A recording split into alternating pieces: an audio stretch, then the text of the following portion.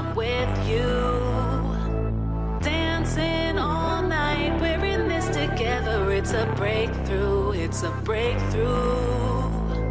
Oh, it feels like nothing could be better when I'm with you, when I'm with you. Dancing all night, we're in this together. It's a breakthrough, it's a breakthrough.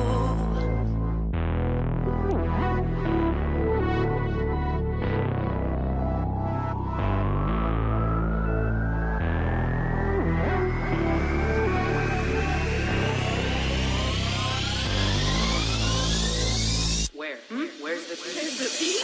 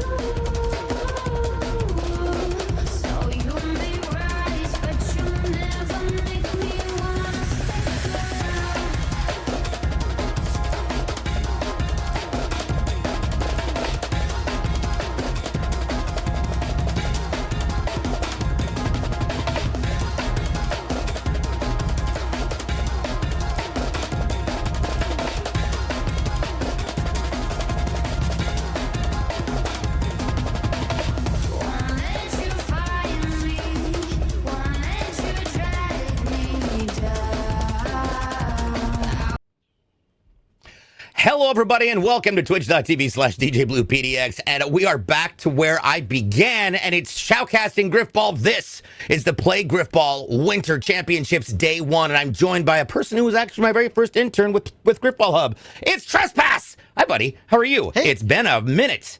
It has been a hot minute. I've been good. How have you been? I have been amazing. I do want to give a little bit of a warning to everybody. Today's show is brought to you by the number 18, the Sign Plus, and it's rated M for mature. If you're over the age of 18, be a responsible viewer and use headphones, preferably ones you saved money on by using code DJPDX at checkout for Logitech or Astro. If not most of the language is going to be used here might be inappropriate for all members of your household. If you're under the age of 18, please be a responsible viewer and ask your parents, guardian, or whatever nun locked you in the basement for permission to continue watching the show. There we go. Now I've said it. We're done. Hi. All right. So I know there's a lot of people in here from my community that have not actually seen much about Grifball in the recent past. So I want to give a quick little update. So in 2007, Bernie Burns and the Rooster Teeth crew decided that they were going to make a drunk game. And it originally had shotguns, then it turned into hammers and swords, and it has evolved from Halo 3 through 4 to 5, 3, Reach, 4, 5, and now Halo Infinite. Now, this is a community-made game, which changes the elements a little, and with every game, we have a few updates and a few different tricks and styles. So what is different about this version of the game than previous games? Trespass? So that depends on what game you're talking about. I'm going to compare it to the most recent game being Halo 5 and kind of going with that. So Halo Infinite is a lot of similarities, a lot of differences. It still has sprint. You can still throw the ball. However, you throw the ball like an absolute rope. It's a missile this time around. There's no floaty. You shoot thing. It is like a rocket across the court. There is no smart link. There is still thrusters in this version. We've had to add them in specifically. It's not native like it was in 5, but we have added it in as basically a permanent equipment that's on a respawn of a couple seconds. The sword is different. It interacts kind of in an odd way with the hammer. The hammer is a very long drop. In this version of the game, it takes forever to actually drop, but it's a very quick reload. So what you'll see a lot tonight is players swinging the hammer, someone trying to get at them with the sword, and then the reload triggering and them actually either trading out with the sword or straight up beating the sword during that clash. I'm trying to think of what else there is. Hammer jumping is back, and we are going to see a lot of deflections with the ball. It's more like Halo 4 in that respect, where any sort of momentum is going to send that ball flying. So it's going to be familiar to some of you that have been around a while, but also a slight bit difference in that respect. That is awesome. All right, let's start with our very first matchup. This is, of course, the 3 seed versus the 6 seed. It is Knocked Goose versus Shrek Republic on the red team. We've got Necessary Evil, who was my very first pro team captain. We've also got Katie Skill, Master Squire, It's Risky, also known as Perfect Demise, and Endasis. I know I just screwed their name up twice. On the red team, the Shrek Republic, I'll Shrek You, Havoc Puppies, Psyducky 54, and Marvin. Or Marvine. We still haven't gotten an answer on that one. So, obviously, we've got 2 different levels of seeds here. What are you thinking about the outcome of this game? So based on what I've seen so far this season and looking at everything that I've got in front of me here, my money is on Knocked Goose, otherwise known as Evil's team. They obviously have the higher seed because they finished the season at an 11-5 record versus a 6-10 record from Shrek Republic. Wow. These teams did play each other about 2/3 of the way through the season, and they traded the series. However, during that, Noplex was actually subbing in for actually, my apologies. I thought it was Blood and Nick that was it's not Majestic Kittens. Here it is. It's not Marvin, sorry, on Shrek. It is Blood and Nick. So that's why I was getting close. Yeah, Majestic Kittens is the Majestic Kittens. Yep. Yes, Marvin. But anyway, the point I was trying to get at, Noplex is a stronger player than the player he subbed in for, which I think kind of swayed things there. And what I really want to take a look at here is Master Squirrel has been an absolute machine for Evil's team this season. Nice. He has the highest KD spread in the game at a plus 483 on the season. He has the top KD ratio at a 1.7, which is actually bonkers for Grifball. That's insane. And on top of all of that, he has the second most goals on the season. So he is going to be a very strong player for them. Mr. Vine. KD Skill is also a very strong tank in their own right. and will be a big help for it.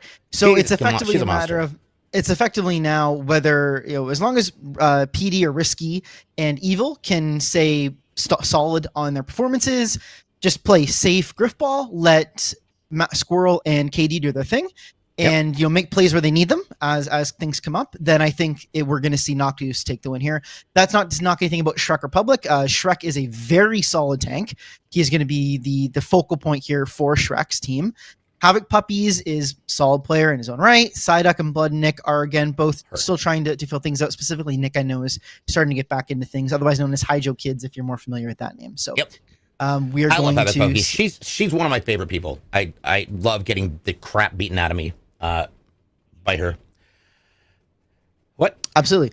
So we're going to be jumping into things here in a moment.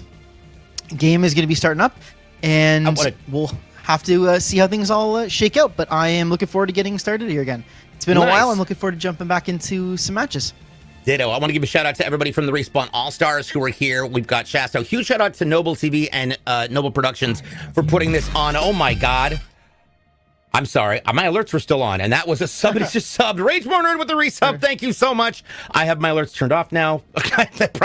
Noble's over there just like, what the hell is that? Oh my God. Thank you so much. Rage. Okay, Mr. Epic Beast in the house. Noplex is here. Miss Wolverine, Receptor 17, Captain 7. Yeah, it's been 10 years since Receptor and I were on the main stage at RTX in Austin, Texas, at my very first gaming event, and we were in front of a bajillion people. It was wild. Yeah, alerts are off for this tournament. Yes, they should be. And I've got my main system audio all the way at the bottom, so I won't hear a damn thing. Superior Mage, thank you for the follow. Welcome in. All right. And look here, I see Miss Wolverine. She again, another name I haven't seen for a while. It's good to see that one again. Hope you're doing all right there. And it has been 10 years. It hasn't. It's wild. All right. Okay. Wow, they changed it. It used to be score goals to earn points. And here we go. Maybe. It'll get there. You do the little intro screen.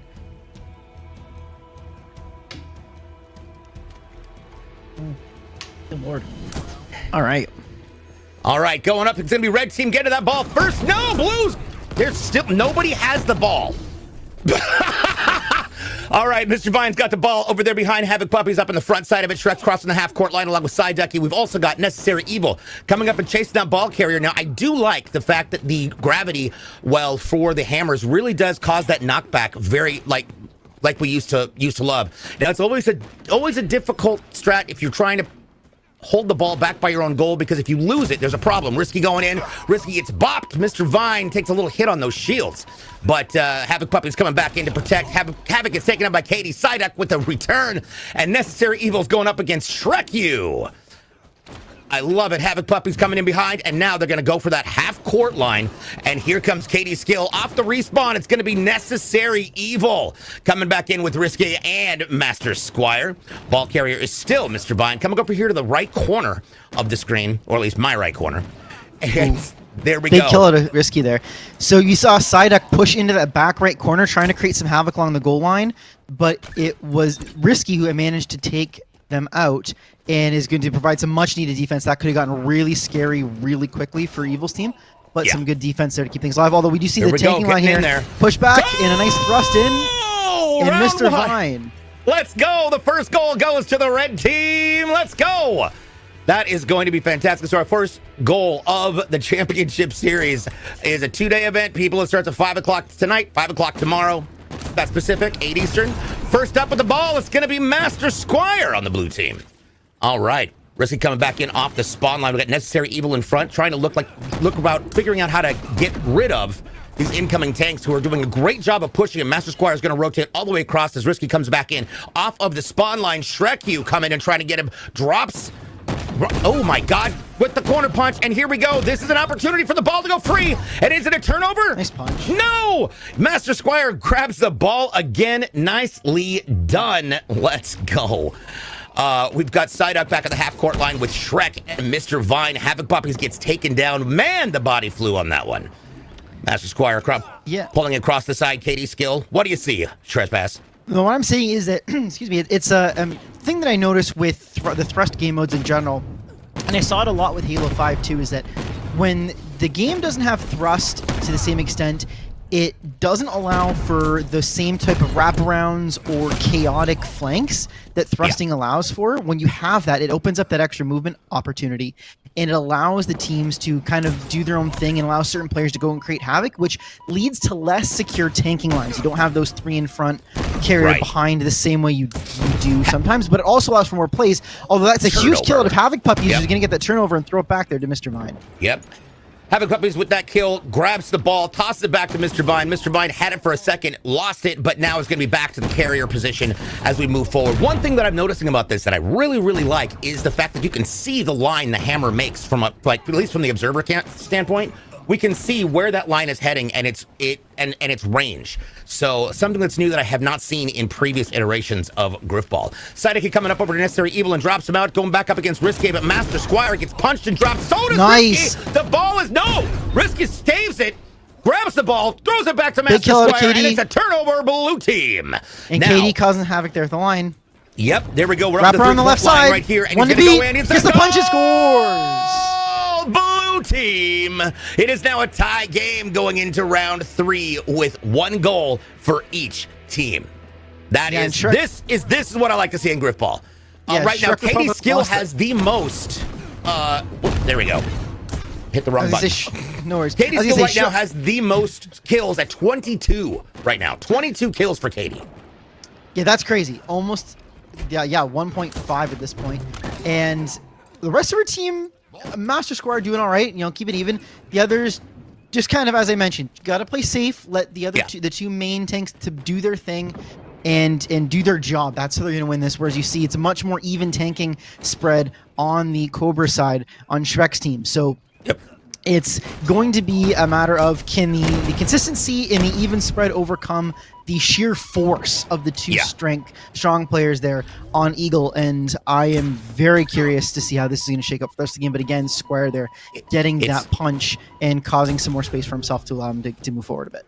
The one thing to notice on this, if for those of us who because we can see the actual stats right now, and Mr. Vine and Necessary Evil, obviously the 2 runners for each team, have dramatically lower kills. But on the average, the red team, which is Shrek Republic, actually has a more even layout of kills on that than the blue team does. Whereas Katie Skill is just a monster tank, as she always is. I love her. She's fantastic. All right, balls to half court line, punches out the side deck, and it's going to be Risky, also known as Perfect Demise, who's going to be punching it across, going up for Havoc. Havoc says, hell no, let's go. Gets the punch, let's do it. Master Squire says, don't touch him. That's mine. Side deck with the wraparound, and here we go, back across the half court line. They're pushing blue team all the way to the back. Here comes Katie out, just nailing that drop with the hammer. Definitely saying she's figured out the meta of the hammer. I have not. I wish Doc could be here too. I do. God rest his soul. Doc Chaos. All right, pushing it back over the 3-part lane. Now, here's one thing to always remember, and this is a kind of a core essence of Grifball. What you never want to do is you never want to walk across the goal with the ball, your own goal with the ball, because all it takes is one person to knock it and it pops down. There we go. Necessary Evil with the pickup, and that's going to be a beautiful reset for it. We've got all 4 on the blue coming up towards that half-point line. But no, Havoc Puppies is pushing, drops Katie's skill and goes to the run. Now he's going to be cornered by Shrek U, and Havoc is going for the spawn. The spawn is a neutral. They both took each other out. There's Risky saving his ball carrier. Mr. Vine over here gets dropped by Katie's skill, and the Havoc starts.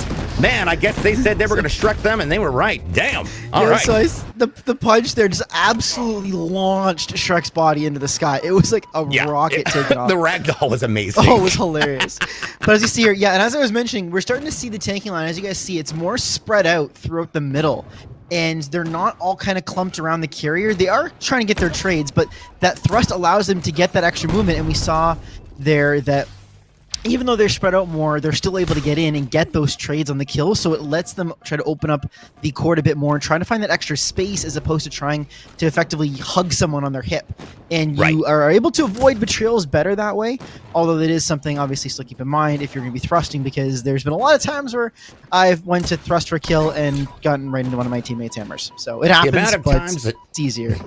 The amount of times I've said, you know, I went into thrust and then you can finish the sentence. Mr. Master Squire is the carrier right now, going up against Mr. Vine, and I am seeing definitely how the advantages to having that burst on the what are we calling it again? Thrust. Thrust. There we go. I just wanted you to say it. I feel dirty saying it. So Side gets dropped down by Katie's kill. There goes Havoc Puppies. We've got an opportunity here. No! Ball is down. It's a turnover. Little Shrek is now got the ball. Red team, it takes possession. What was it? I just wanted to shout out Noplex's stat in the chat, and I'm going to take it at face value that Shrek has never lost a first round in the playoffs. He's always made it at least past the first round. So we'll see if that continues tonight. That is, some people are just playoff players, man. And if that's when he is able to turn on those jets, he's doing a pretty good job right now. He's 34-27. And we are starting to see Eagle pick it up a bit more now. Master Squire is 23-12, along with Katie going 44-33. So we're starting to see that tanking line from Eagle start to pop up a bit more, although, as we were mentioning before, Cobra is still holding it nice and even on the line. Mr. Vine doing a good job keeping that ball safe in the back corner and getting some help from the tank. So now there's two on him. And ball's across. It's going to be Little Shrek who's going to be grabbing the ball. Necessary Evil and Katie's kill coming up, but we've got Havoc and Mr. Vine breaking through that line, and then we've got Master Squire trying to get him down. Pops the shields. You can see him glowing. Obviously, the shields are very, very important as a runner, and the runner's obviously a little bit differently configured than any of the tanks, whether you're a sword tank or a hammer tank. Those who play Grifball, you understand. Those who don't play Grifball, well, that's just what it is. All right, Necessary Evil going in for that punch in the drop. There we go. Shrek U is down. Drops it. Psyduck coming up, but Katie's kill's coming up. Oh, no! Katie with a beautiful drop from the top, and that's going to be a turnover. Red team is going to have the ball again, and now it is back in the hands of Mr. Vine. It's Risky and Master Squire. Ooh, with the double drop, but that's okay. Mr. Vine comes in with a proper punch. Nails it. Havoc Puppies taking care of that tank that came on the backside, and then dropping Necessary Evil. Up next is Risque, and then Master Squire. Oh, my God! I was thinking she was going to get a full 4. She was going to get the whole team. That would have been hilarious. Master Squire's coming up. Havoc is trying to deal with it, but also perfect demise on the back end. I know I should be calling him it's risky, but I've always known him as demise. Katie's skill. Oh, nice drop, and the carrier is going to move up past that half court line. Necessary Evil gets punched right in the and there we go. Nice. Oh, nice thrust out of punch. Mr. Vine. That was beautiful. All right, Psyduck coming up to try and disturb this new spawn line right here. What they don't want to do is they don't want to lose the momentum. And that, because the longer they have to get off the spawn and figure out what they're going to do, the more time they have to strategize, even if it's individually. If you're right there in their faces, they're spawning, they don't know what to expect. So that's the one reason why you want to try and push that line. But that is going to be Havoc going down. Master Squire and Katie's Skill coming up to try and pop that carrier. Here comes Necessary Evil. Oh, the ball throw. Let's go. The bomb goes to Shrek U with the half court line, and there we are. Oh, my gosh. And Risky's coming. It's going to be a toss. Nope. I was saying, I thought he was tossing it. No, Psyduck right there with the protection. Oh, Mr. Vine on plate. He's got one to beat. There we go. Mr. Vine just flew it. Oh, I was going to say pass play. That would be great. That's one thing I'm really glad we've kept in Grifball is that we were missing in Halo 5, and that's the ability to throw the ball. Now, granted, what I understand is that the ball it's not as crazy bouncy as it was in 4. It's a little more, it's between 4 and 5's ball, which is exactly where it needed to have been. Yeah, you can throw it, but you just can't toss it into the next planet. Right. So it bounces closer to 4 than 5. Like, you have a lot of momentum or a lot of impact from the hammers.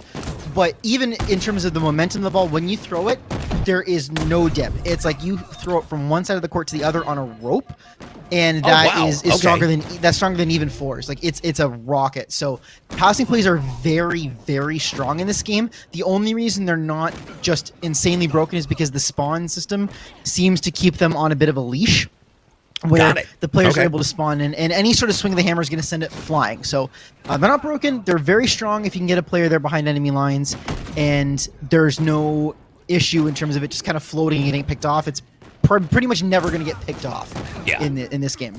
Speaking of picked off, Marvin just dropped two different people from the blue team. Is going to go Mr. Vine, not Marvin. Rolls back across the half-court line. Here comes Havoc Pup. He's going up against Katie Skill. It's going to be a trade right there as Shrek U goes up against Master Squire and loses it out. Necessary Evil going to come around that far side. We've got Havoc Puppies, Psyducky, and Shrek coming in off the spawn line right there. And they're trying to protect the carrier on the wall, but it's going to be Katie Skill who's going to have to do that. And this is a risky throw. A risky throw, but if the respawn happens right, you know you're throwing it to somebody who's just spawning. Now, the key here is communication. If you've got the proper communication, this means that you're going to... Crouching, meaning someone's having an issue. Yep. So, FYI, so in Grifball, in the event that something goes wrong, you lose connection, your batteries run out on your controller, somebody gets kicked from the game, then it is everybody crouches, and it is a dual team. Everybody crouches. We continue the game once everybody's back up. Production will probably let us know what's up. But in the meantime, let's take a look at these stats real fast. On the blue team, which of course is not Goose, Master Squire's got 40 kills, Risky's at 32, Necessary Evil is at 28, and Katie Skill is at 62, leading the entire lobby. What? Avenger? What? Avenger? Avenger? What? We've heard Avengers out of the game. Well... Oh, Squire got input locked, which does happen. Now, looks like are we ready to go? Looks like they're swinging their hammer. There we go. And Havoc drops Necessary Evil. I guess we're back. Here we are. Let's do it. Psyducky's got the ball, and it's got Katie Skill and Master Squire running towards it. Wait, a Master Squire is TCT Avenger? No. Okay. No, I don't know what we got. So was I. But actually, something I do want to mention, actually, now that we talked about inputs, and something that is different with Halo Infinite with it being on PC. A lot of players, including myself, actually run a hybrid setup. So what we will do is we will run the controller in our left hand for movement, jumping, looking, that sort of thing, sprint, and you have the aiming and look on our mouse. And it allows us to have would you do that? Faster turning radius and quicker draw on the trigger for the hammer. Ah, see, people, you learn something new every day. Mr. Vine on the backside of go ahead. I was to say, so you're seeing a lot of players switch to that. It gets the bit of the best of both worlds. It's not as quick for switching weapons, I find, and it can't really slide the same way. But if you tune your controller the right settings, then you can kind of have basically as good of a setup as you would get on a controller for movement, while at the same time having that extra control on the look that you would get from the mouse. Yeah, my gameplay changed dramatically when I switched to keyboard and mouse, and I absolutely love it. I would never want to go back. Look at the trade right there between Risky and Havoc Puppies. Katie Skill on the chase for the ball carrier. Tries to drop down Shrek, but Shrek turns around. Master Squire with the kill and drops Psyducky. Here we go! Ooh, nice punch. My God, beautiful punch. Mr. Vine managed to stop that. Wait for the shields to go up. Gets that punch off as well. Definitely running away from Katie Skill. Havoc Puppies with the protection there. Necessary Evil coming in from that back line along with Risky. Katie Skill coming in off the spawn line. Here comes Master Squire, and the ball is down. Gets the kill. Turnover for a second.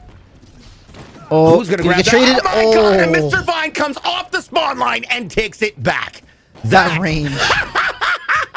That's that gorgeous. Range, man. That was gorgeous. I love it. DJ Inferno, what's going on, my dude? Okay. So Mr. Vine over there by Havoc Puppies. We've got Master Squire coming down. Necessary Evil is going to try and take it. Does. Necessary Evil drops Havoc Puppies. Havoc Puppies coming back in off that spawn line. Over on the blue side, we've got Master Squire and Katie Skill trying to come back up, and it's just going to be Master versus Havoc. I'm, again, loving the fact that we can see that line. I mean, what I'm seeing from the observer cam, I can see the line as to where that hammer is aimed at, which is great. It definitely adds a little level of precision so that you can see where your direction is actually heading. Necessary Evil comes over the top, hits the back, and we've got to run. Mr. Vine gets to run for your life. There you go. Okay. Big shout out to Miss Wolverine again. My very first co-captain and one of the founders of the Respawn All-Star Grifball team. Psyducky in the mid. Shrek, you kind of take on Master Squire, but he's also got to worry about risk, and Master Squire's coming back. I do see that backup. You know, you've got that back step that's such an important element when it comes to defensive playing. Risky coming in with that beautiful foot thrust, takes it. Here we go. If Havoc can get around these, big kill on the respawn. Here we go, and it's gonna be no, they're right on the line. Psyduck grabs the ball. You got Risky on your 6. Here comes Shrek, and they managed to save the ball and drop it back to the spawn line.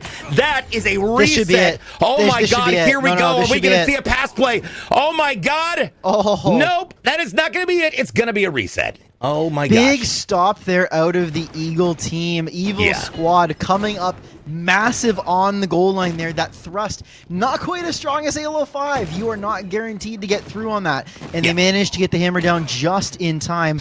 They then, not only that, but Cobra was able to recover the ball, send it back, and they were regrouping to make another push. But a couple of very clutch kills coming out of Eagle there. 1 or 2 that go Cobra's ways, and all of a sudden that's a goal. So massive stop on the defensive end from them.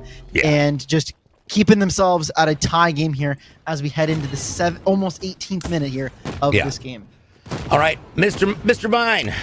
He's got Necessary Evil and Master Squire. He's only got Puppies in. Here it comes. Nicely done. Evil takes out Havoc Puppies, goes in and gets clocked by Psyduck. Katie's Skills trying to make that push. It's risky. He's going to be right in the middle as Mr. Squire and Necessary Evil come back up across the half-court line. Mr. Vine's trying to find a way to break through this spawn line. Joe thrusts forward, but doesn't quite get close enough to Squire to end up punching him.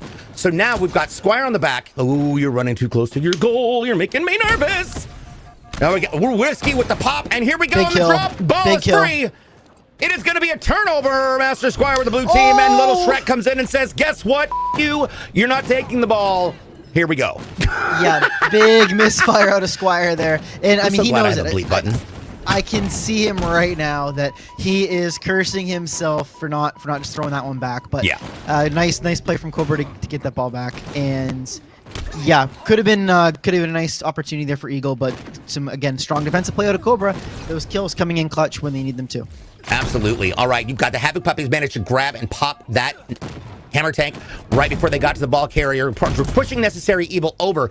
Havoc comes up and takes out Katie's Skill. We've got Psyduck and Havoc on the front, but we've got Shrek wrapping around the back. He's got to deal with Mr. Squire, except for he gets dropped. Havoc Puppy's right there. Oh no! Havoc goes down on the blue goal line. Goal. You know what? Apparently it's been a while. Jesus, get it together, DJ. All right. Ball is up, and it's going to be thrown because he knew it was being cornered. And there we go. We got Psyduck rolling all the way back. Necessary Evil and Katie's Skill are on the fly. Plus, we've got Risky. They're on the spawn line. That is very dangerous because as soon as you spawn, you're going to get dropped. You're going to pop and dropped. It's very easy. All right, there we go. Turnover, Master Squire. There it is. They're going in for One to beat. And it's a goal. Yep. Blue team. Let's go. That's another goal for Knocked Goose. Well done. Well done. That was amazing. It was, and that's the thing with Grifball is that it doesn't matter that the other team had the ball for 3/4 of the time. If you're able to get that ball in a good spot and get a nice clutch kill or two, that's it. You're scoring a goal. So nice work out of Eagle to capitalize on that opportunity and get the lead here. Deep into this game at this point, although now they are forced back into their own corner. We're going to see it probably thrown away here in a sec. All right, ball is up. There we go. Risky's going to go ahead and pop it and drop it and try and cave it. Katie's Skill grabs the ball. Comes across the back, throws it to Master Squire. Master Squire comes up and drops Havoc. All right, all the way up to the top. Jeez. And they're going to be holding strong, trying to get that team to come back in off that spawn line because the other end of the court is completely empty. I can't imagine what he's screaming right now. Who? Oh, PD? Yeah. And yes, Risky used to be known as Perfect Demise, and it's hard for me to not say Perfect Demise. All right, we've got Master Squire over here as Havoc Puppies gets dropped by Necessary Evil. Mr. Vine is going after him, but here comes Risky, and that's a risky shot because he got dropped by Shrek, who Necessary Evil turned around and avenged him. And now we've got Havoc Puppies getting dropped. Here we go. Are they going to be able to clear the spawn line? Shrek, you coming up first. Necessary Evil on the plate. And whoa! The ball is thrown back. That was not a throw. God. It might have been a throw, but that was certainly helped by the hammer. That was I don't even know what to call that. Fucking amazing. Oh, sorry. Yeah, that was a piss missile. Sorry. It's my channel. I can start. But yeah, no, just kidding. Plex, I think you're right. I think he was saying that he was stuck in the corner. So Yeah. you got it Stuck out. in the corner. Nobody puts the baby in the corner. All right, Katie Skills got the ball with Psyducky coming up. We got Master Squire and Risk there, and hopefully he didn't kill his own teammate. Just so everybody knows, yes, team killing can happen. You can accidentally screw up your fellow players. Master Squire gets that catch passed across to him. Psyducky going forward. No! Psyducky gets punched in the face. Drops down like a bitch. Just kidding. Now, Havoc Puppies and Shrek are coming up. Katie Skill and Risky are going to be on the push. But here's what's needs to happen. Necessary Evil needs to make sure that he's wrapping around and protecting that runner, because you've got the red team is coming back in off that spawn line. And you want to make sure you don't leave an angle unprotected. Oh, a nice trade by Necessary Evil and Havoc Puppies. Katie Skill coming up against Psyduck, Shrek U versus Risk. And here comes Havoc Puppies and Mr. Vine off the spawn line. It's going to be Necessary Evil going after Mr. Vine. Run. But here we go. Are they going to get it? There's a punch, and it's another goal! Yep. Blue team. And that is going to be 3-1 going into round 5. Absolutely spectacular. What did you see? The same thing Squire's done all season, which is get that little stutter step, get that punch, and immediately drive it. Although now we have all 4 dead for Eagle, 3 still off on Cobra, but some clutch kills off the respawn is going to push Mr. Vine and the red team back to their base. It was interesting because right off the pitch, blue team grabbed the ball, but red team knocked him and clocked him, and then the ball went back and forth for a second. But now it's Mr. Vine, obviously with it. Katie Skill coming up top, going to try and get that punch on her, and the ball is out! And here comes... Oh, Risky's got the ball, and that's a risky move because there goes Psyducky. But Psyducky's got Necessary Evil on his butt. There we go. Good Lord. Handed it back over to Mr. Vine, going towards that half court line while Necessary Evil comes back in off the spawn. We're looking on that far side under the scoreboard where we've also got Havoc Puppies coming back in off the spawn. Excuse me. And, wow. There's a lot of strategy going on here. What I'm really wanting to see is a pass play. That would be wicked. All right, oh my God, what a beautiful punch by Mr. Vine on the carrier. That was risky as all hell. Back across near the plate. Let's not go across the goal there, bud. Katie Skill coming in for a trade right there with Psyducky. And then we've got Shrek U and Havoc holding the center. Necessary Evil's going to wrap around the backside, but Psyducky sees him, and he's going to pop him and drop him. Shrek U over in the middle, trying to take care of Master Squire, but Master Squire came through, and now Havoc Puppies is going to try and get him. Oh, no! Oh, God! That was accidental, but yeah. Oh, shnikes! Well, she grabbed the ball after killing the ball carrier, and then, ball is now back in the hands of Mr. Vine on the red team, and it, of course, is the Shrek Republic over there. Katie Skill coming up from behind, definitely taking vengeance, and now trying to control that spawn. And here's the question, can they do it? Necessary Evil comes in, opens up the hole. Is he going to be able to get there and do it? Nope, that's not going to happen. I was so excited for a second, and then it was just like, whop, whop. Yeah, that hole closed just too quickly. He wasn't going to be able to make it through. 3 came up off the spawn, and that was going to be it. So yes, he probably should have just backed off, tried to stay alive, and let the team regroup. He did make an effort to try to make something happen and let the carrier back off at least, so it wasn't terrible. To stay up, but now they're pinch as well, so it's going to be a one-on-one here. And Mr. Vine's going to back off and get the kill on Risky. Yeah. All right, so we've got Psyduck coming here off the backside and Havoc Puppies now. They're really close in. Now, oh my God! Yep, that's team kill. So the one thing that you got to make sure that you're being careful of is understanding the size of the gravity well that you are pushing and how it affects the players around you. Because if you've got a teammate that is slightly... Oh my God, the interception! Nice attempt. It was a good attempt. Master Squires tossed it across. Mr. Vine managed to get it. They were in a great position for a pass play, but it just did not happen. Shrek with the ball. Necessary Evil coming right up on his front, but he's got Psyduck behind him. Havoc Puppy is going to go and try and take on the protection, while Mr. Vine is looking to try and make get through that spawn line. And here we go. Nope. Psyduck is down. Mr. Vine is down, and the ball needs to fall back. They're going to reset the play. Havoc Puppies is down. Thank you to... And Master Squire coming back up by Psyduck. Shreky was looking to try and take on Risky, but Risky is really pushing that line. Master Squire and Katie Skill. Now, here's the thing. Shrek, your luck is only going to be so long, and that's exactly why. Oh, my God. Ball carrier there along with Shrek, Havoc Puppies, and Psyduck back off the spawn. Psyduck's going to head back to spawn. Okay. Nice stab. Get Squire that ball, but again, see what he's able to make happen here with this. Katie was pushed along that left, but decides to double back and give him a hand. There we go. Uglov says Grifball is infinitely better than any other game type in Halo. I see what you did there. Da-da-da-da-da-da. I agree. Monstrous Squire. Jesus, learn to read, DJ. Master Squire with the ball going up against Shreku. Shreku pops him, drops him, grabs the ball. It's risky. Who's going to take it? Try and take it from him. Sideki with the protection, and it throws back to Mr. Vine. To everybody taking their normal positions. Sometimes there are players who are great with the sword or the hammer. Sometimes there's players that are just really good at being a runner. Sometimes you get a player who can do both, the hybrids. One thing I have noticed that's not being used right now and has not been used in this game so far is the sword. Now, the sword has always been traditionally known. Uh-oh. Someone got locked again, I think. Uh-oh. I think we're We back. ready? Okay. Yeah, that was a quick little fix. Quick little fix. There's a go. Turn the hammers are swinging, and we're back at it. Okay, so but the one thing I want to talk about is the difference between the sword and the hammer. So the sword gives you a little bit longer lunge, and you can move a little bit faster with it, but it doesn't have the same effect as a hammer. So in Halo Infinite, how is that different than previous iterations of the game, Trespass? So the big thing with the reason it's a bit different in this one is that you don't have the smart link system that you had in Halo 5. So you can't dance kind of out that range and then really zoom and lunge in from like 3/4 of the way across the map.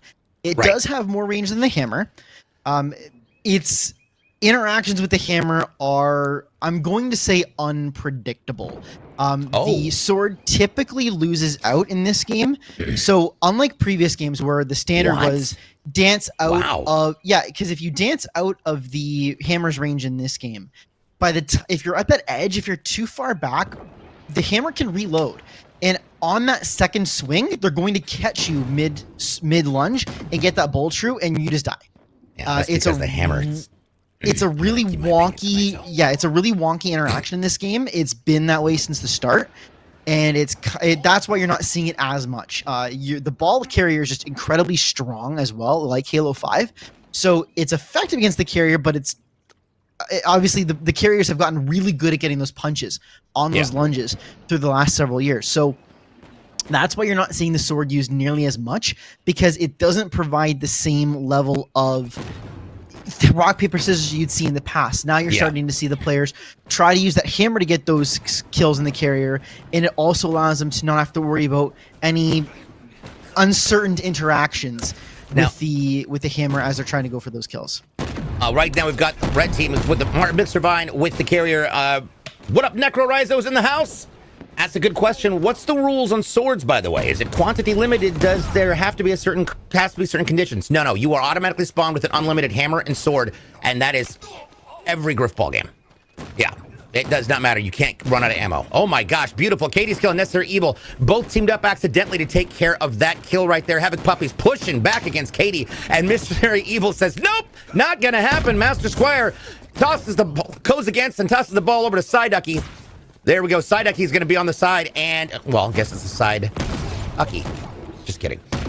All right, ball is thrown across to the backside of the spawn line, and it's be over there in the corner, but it's gonna be risky, and oh my God, Mr. Vine drops the hammer, kills Risky, and grabs the ball in a matter of, what, 2 seconds? That's impressive. Mr. Squire coming up, pops it, tries to drop it, doesn't happen. Definitely pops those shields, though. So Mr. Vine's going to have to take a second to recharge, so to speak. But you can see the thrust there to try and jump in and get within range for a punch. But if you don't manage to get in range, then you're going to have to get out of there very fast, because otherwise you're going to lose that ball. We got Katie Skill and Mr. Evil trying to push Mr. Vine back into the back, but it's going to be... See what I mean right there? Havoc Puppies drops and pops. Yeah, right there. We got that reload that came back. It's so quick in this game that unless you are right on them somehow and manage to live, the hammer has the ability to get back at you. So it's just not worth it using the sword most of the time.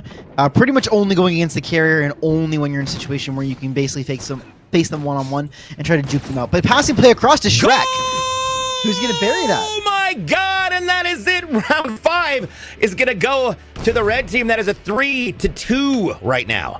Now, these games are a little bit different than normal, like what would you consider matchmaking games. And so that is going to be, we go until, what? 5. Ball to the back. 5? First to reach 5 points. wins the round. We're doing best of 3s, by the way, until the finals. The finals will be a best of 7. So right now, the first team to win 2. What, best of 5? Best of 5. Best of 5 for the championships. Yeah, big play. They needed that. The ball's over here in the back, but it's look at that. 2 punches and then Risky. No, my God, 3. All of them This could down. be big. Mr. Vine just walking in like a beast. Shrek's Although causing havoc on the back line. This should be a goal. There we go.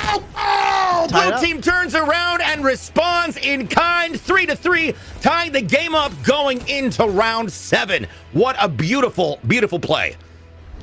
And we are now what I believe to be the longest game of the season between these 2 teams, and we still got we are. Just about half the game Naturally. left. So Why not?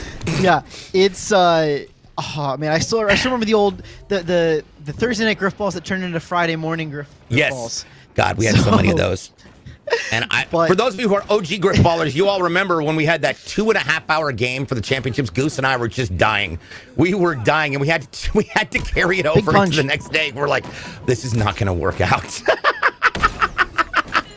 Mr. Epic Beast in the house. Hello. Ball is in the open, and it's going to be Psyduck that grabs it, but not really. Katie Skill with the drop and the pop, and it's a turnover. Blue team. Master Squire with the ball. Risky and Necessary Evil along with Katie Skill on the far sides, and we've got. Well, now it's interesting because it looks like Master Squire is trying to be a little bit more tanky with the ball, which, if you know how to do it and you can get your timing right, it's great. Shreku manages to take down one, and then we've got Marvin down. Ball's going to go out because he knew he was going to get bopped by Mr. Vine, and it's going to be Necessary Evil with the ball. Passing it back to Master Squire.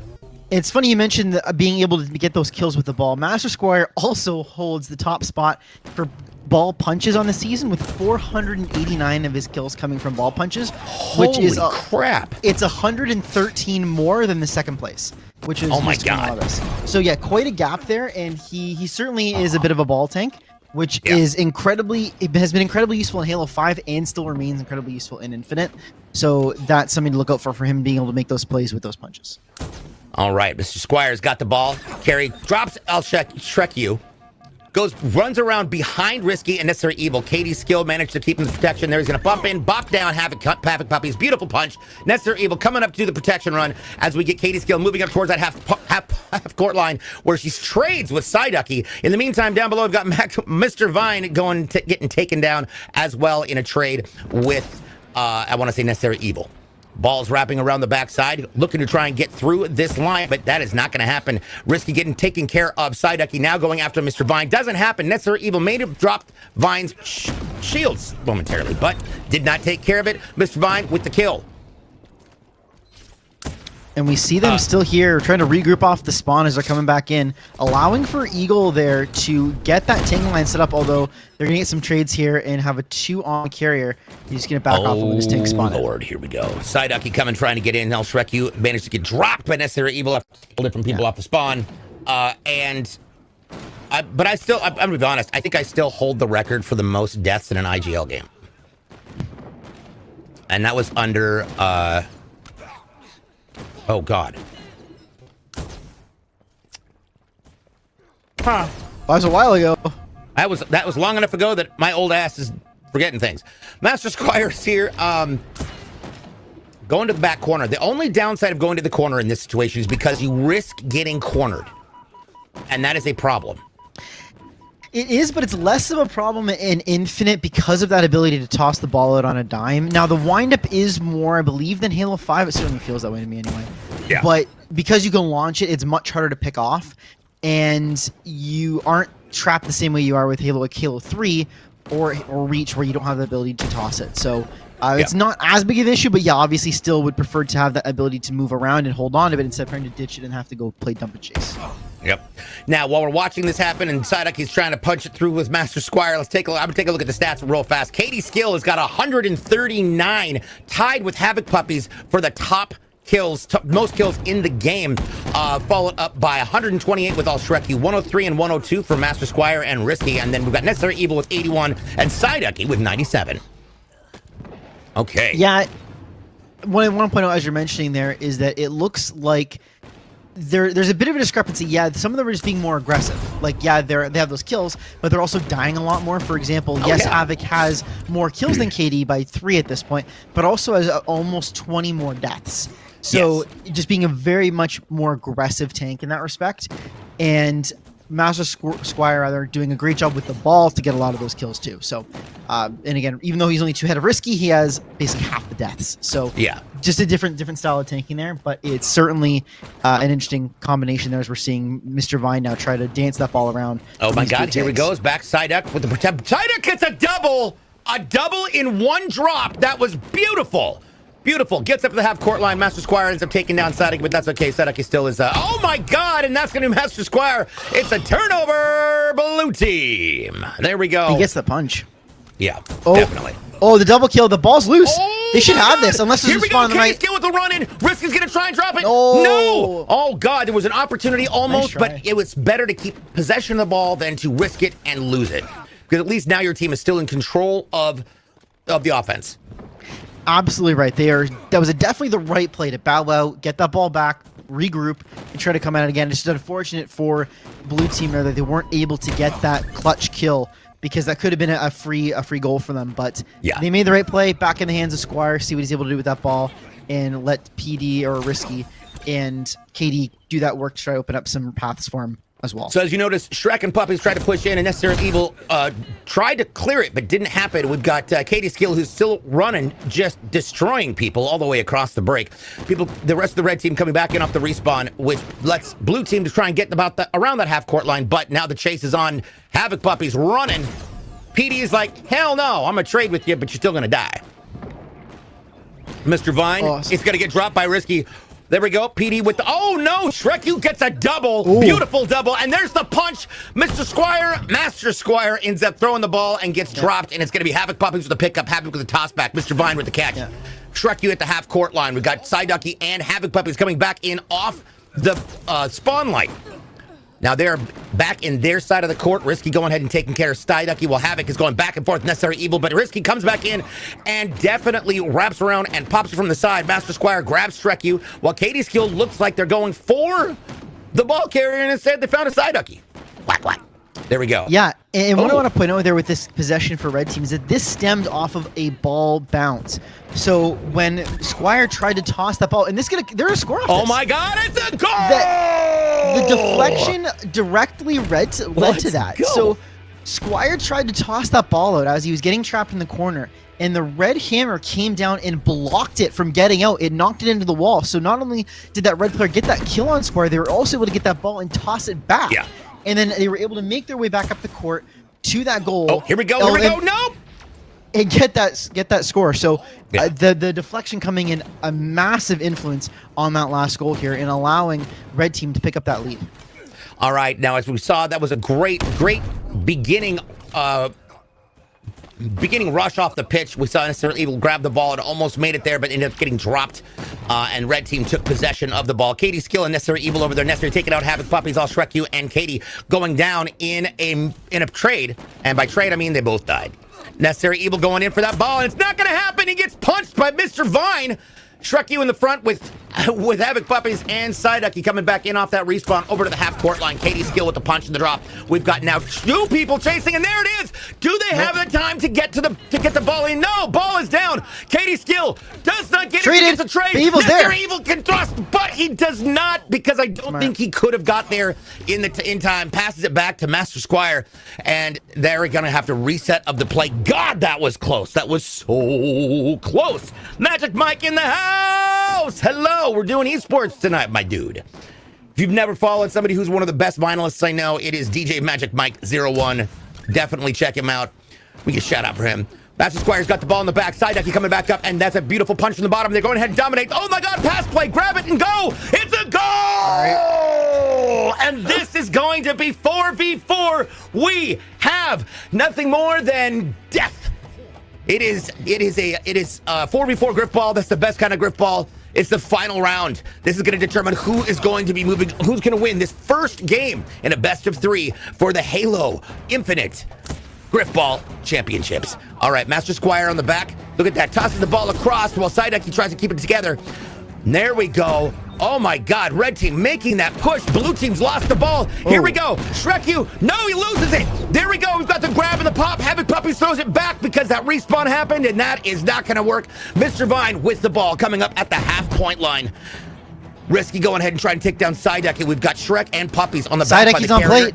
There we go. Is there a huge possibility? kill. Havoc Puppies going up for it. Risky coming back. And it's going to be Shrek who's going to have to save the ball carrier. No! On the plate, Blue Squire! team. Master Squire with a beautiful save. Absolutely incredible save coming back to the back all the way across the spawn line. And we've got Havoc Puppies, Psyducky, and Mr. Vine trying to recapture and retake that. Oh my God! That beautiful clock on the back with Necessary Evil. Katie's Skill going for that catch. Katie's got the ball. Shreku taken down by, oh no. Shreku gets the kill against Risky. Ball is across, other side of the court. Psyducky's gonna go for it, but he's got Master Squire and Necessary Evil on his butt. He's gonna have to kill plate. it. Oh no! And there we Big go. clear Blue out there in team the takes corner. possession. It's a turnover. Yeah, big clear out in the corner there. That could have been really dangerous. Shrek was dancing around plate. If he got that kill with Red Slav in the ball, that's a 5-4 game. So that all of a sudden was another massive stop. They made a couple, but Havoc Puppies picks up that ball. KD goes for the lunge and gets the kill. Katie's a monster today. I love it. Now, once again, 4v4 Grifball means it is sudden death, which means the next goal is going to prove who's going to win this first match. Master Squire's got the ball, so which means both teams are going to be very careful. This is when the gameplay starts to slow down because they want to make sure that they're not putting any potential plays at risk, but they also don't want to lose opportunities like trying to carve a hole in an offensive line. That's the whole point. Master Squire with the ball in the back. He's got Mr. Vine and Psyducky going up. Mr. Vine gets the ball, and it's now Red Team's turn to try and drop this out. Risky going up against Shreky. Risky gets dropped. Master Squire up there, and it's going to be Risky, Shrek, and Master Squire while Puppies gets taken down. Psyducky going up against Katie. Katie takes him down, and he's now on his own. He's going to have to either get rid of the ball, oh my God, or he gets a punch in the face. Let's go. That's 2 kills for the carrier, Mr. Vine. Nicely done. Waiting for those shields to ignite. And then we've got Katie's Skill coming back in on front. Necessary Evil around the side. And that's going to be another punch. My God!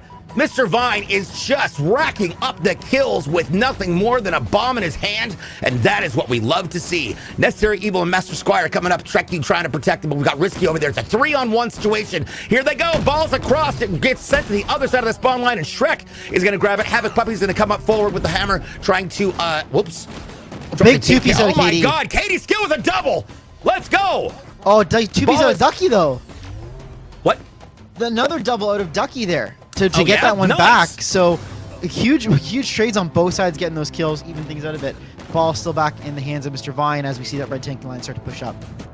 All right, Psyducky and Havoc Puppies along with Shrek at the half-court line. Psyducky goes down. We've still got Havoc and Shrek. Shrek takes down whoever was standing there. And here comes Katie's Skill up against Shrek. Now we've got, oh my God, Necessary Evil managed to protect the spawn line as Katie's Skill, Necessary Evil, Risky, and Master Squire come back up off the spawn line to try and chase down Mr. Vine. In the middle, we've got Havoc Puppies who just got dropped by Katie's Skill. Katie's Skill and Shrek going at it back and forth. Psyducky coming up to try and sideline it. And here comes Necessary Evil. Oh! So close and yet so far. And there we go. Nicely done. Can they kill it? And that's a goal! Red Team with a victory. It's going to be the Shrek Republic that moves on into, well, no, that doesn't move on, but going in round 2, it is now 1-0. First team to get 2 wins takes the cake. There we go. Yes, let's take a look at the stats real fast. We had, how do I get to the stats? E? There we go.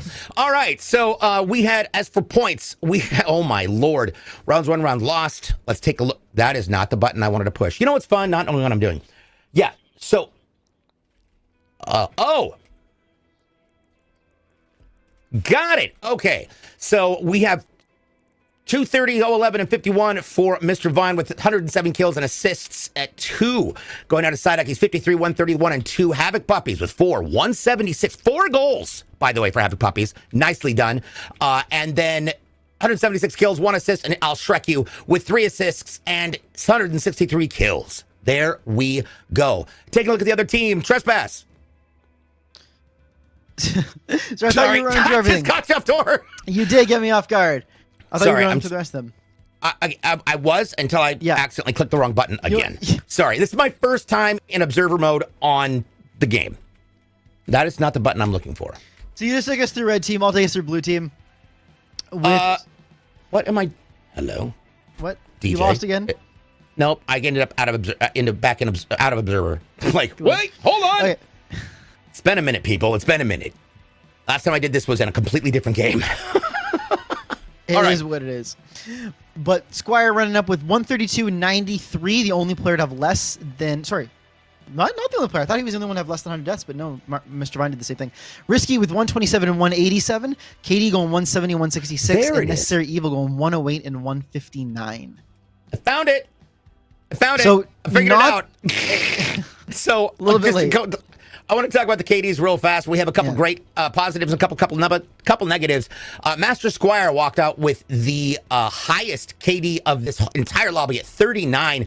Risky with a negative 59, and Katie Skill with a 4.3, 50.7 for Necessary Evil. Over on the red team, we have 31.7 for Mr. Vine. I'll Shrek you at 30, 37.3 negative for Psyducky, and negative 3.7 for Havoc Puppies. And that's okay, because guess what? They got the first game. Now, in just a few minutes, we're going to take we're going to take a quick break in just a moment for a bio break. And when we come back, we're going on game 2 of day 1 with the Play Grifball Championships for the Winter League. Don't go away. There's more after this. We'll be right back.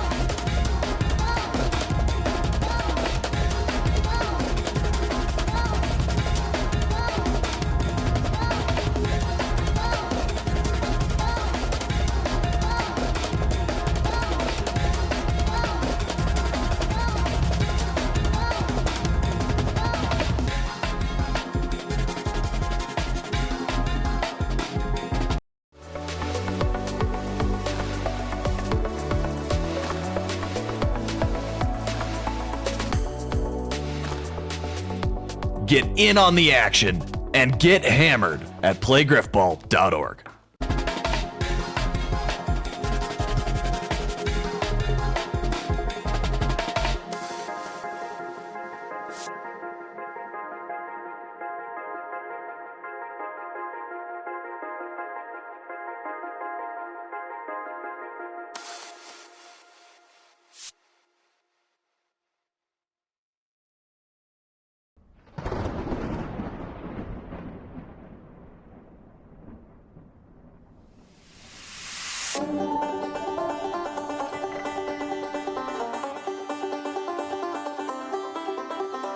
How can I forget you? Skin to skin, I bet you are feeling just the way I do. Vibing on the dance floor, show me your intention. I like it when you follow through. I want you to stay right here. I want you to stay right here. We got the fire and we burn it up. We got the fire.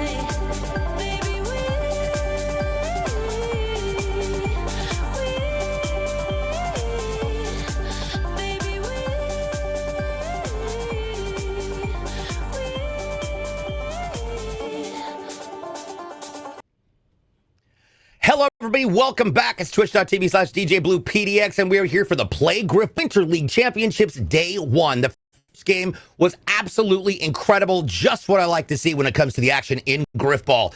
And we're going to talk a little bit about that game. First of all, those were some incredible plays we saw there, and I was really shocked that we didn't see more use of the sword.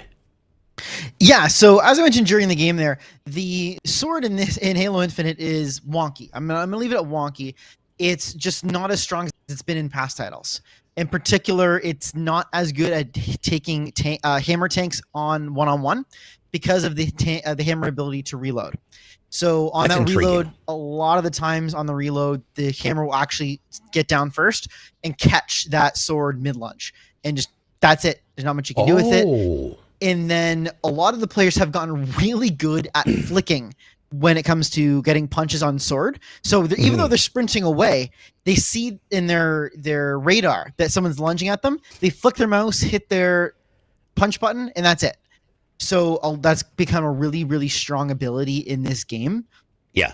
And that's why you're seeing the sword's not used as much. You don't have that. It doesn't have the strength. You can't take hammer tanks on by dancing out of the range, and you're not getting the same strength on bulk carriers you otherwise would. So that's why you're starting to see it be a bit drop down as you would otherwise have it being used in Halo 5. It's seeing a lot less used in Infinite.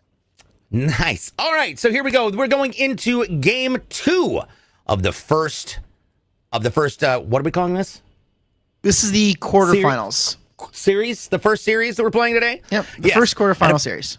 Once again, its teams are Knocked Goose. It's going to be Necessary Evil, Katie Skill, Master Squire, and It's Risky on the Shrek Republic. I'll Shrek You, Havoc Puppies, Psyducky, and Mr. Vine.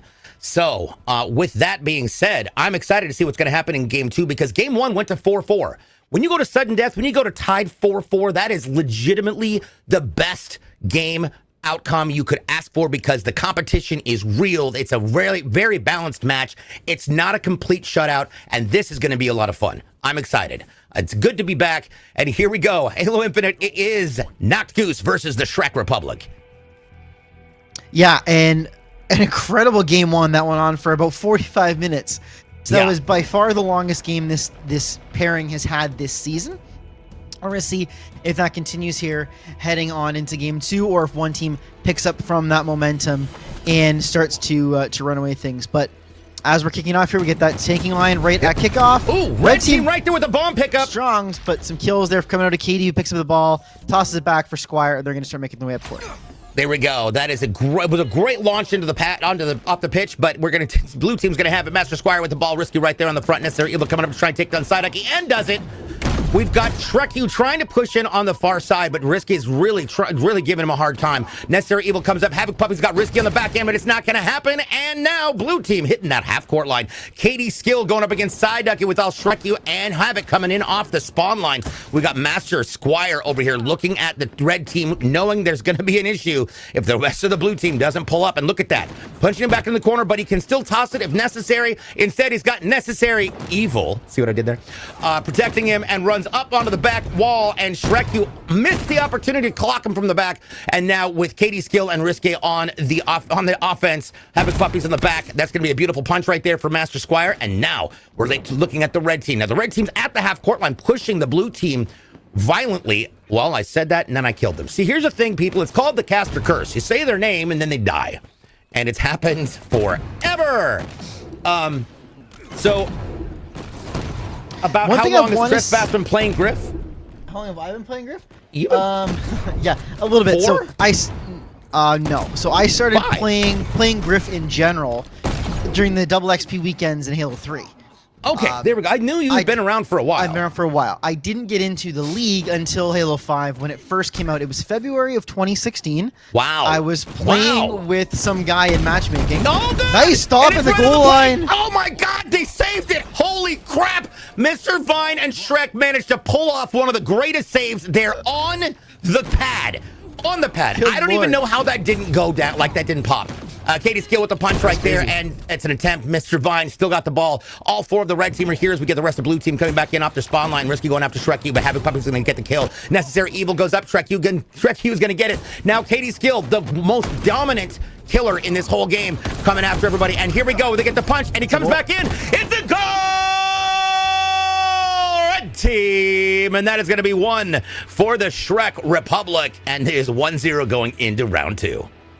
Yeah, that was an unfortunate, I don't want to quite say choke, but it was a hell of a stop there out of the Cobra side to keep them scoreless and then to turn that around and take it all the way, put the pressure on Eagle there and enforce that score.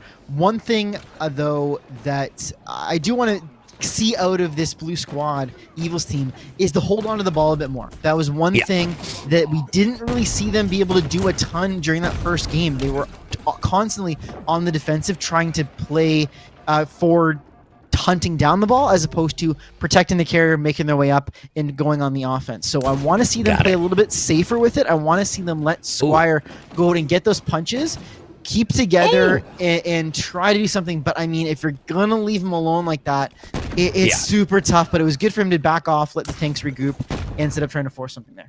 Yeah, Mr. Epic Beast also saw that. Yeah, should have thrust it at the plate, didn't, and that was obviously a risk and a mistake. Well, not a mistake. It was just it's a choice. You know, there's a oh my God, that's a beautiful punch by Master just Squire. I'm gonna start calling him Squire. Yeah, there we go. Evil drops the ball. Squire's going to pick it up back on the spawn line. We got Katie Skill and Evil coming up here on the offensive line to try and protect the ball carrier. Although I'm going to be very honest, given the amount of punches that Squire's got, I don't really feel like there's a lot to worry about with the punching. Because, oh no! Well, I said that and I killed him.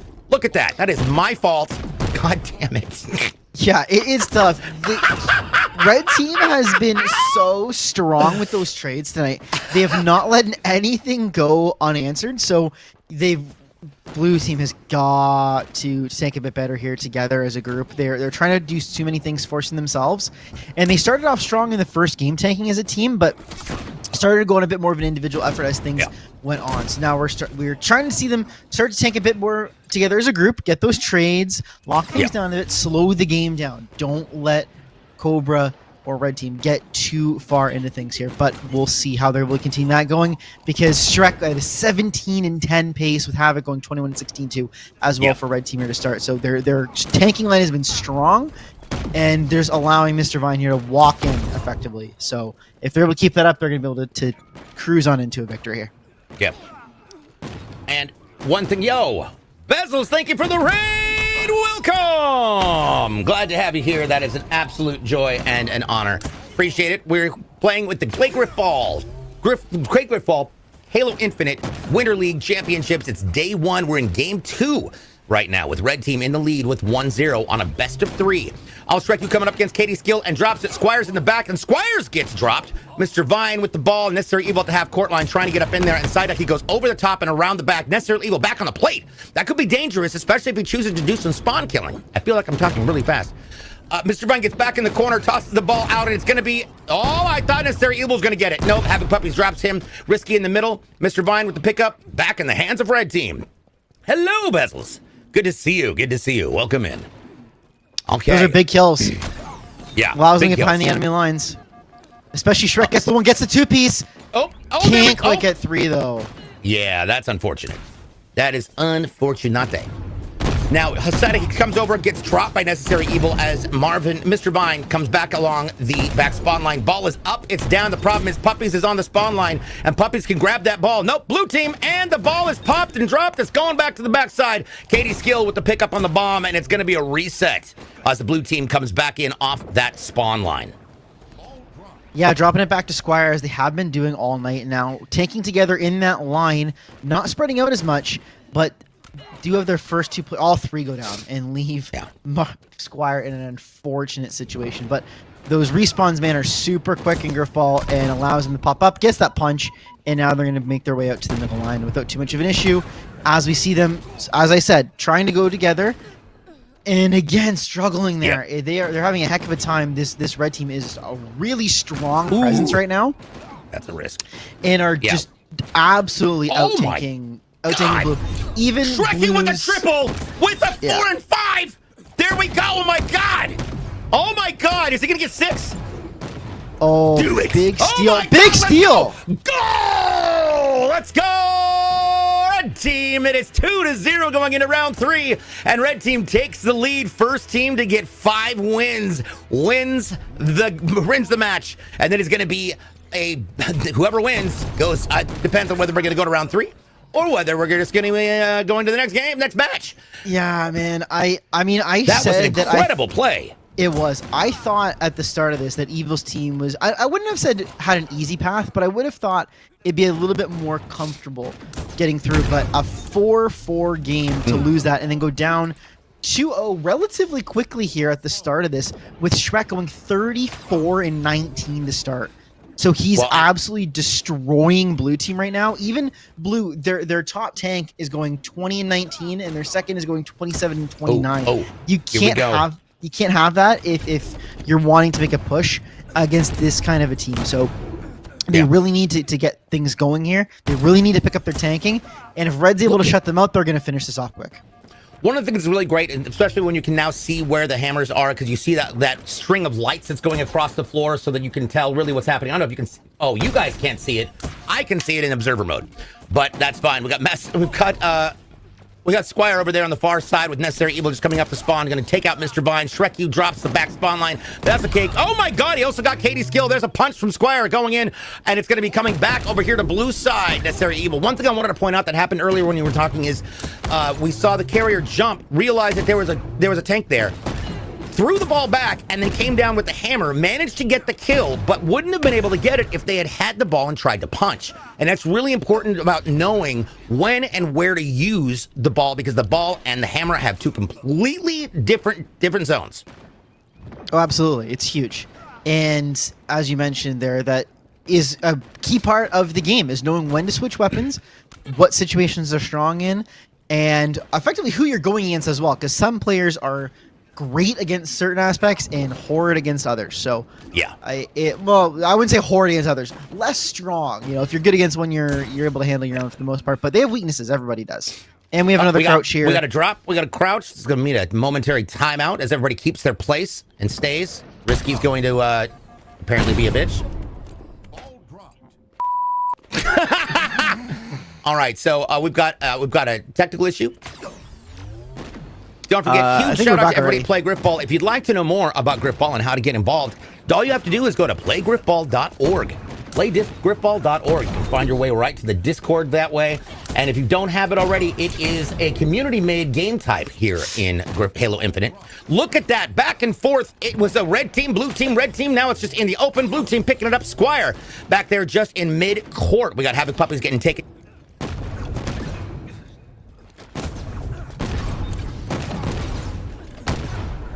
Right behind him. He's going to have to turn around and deal with that. And it's going to be Katie.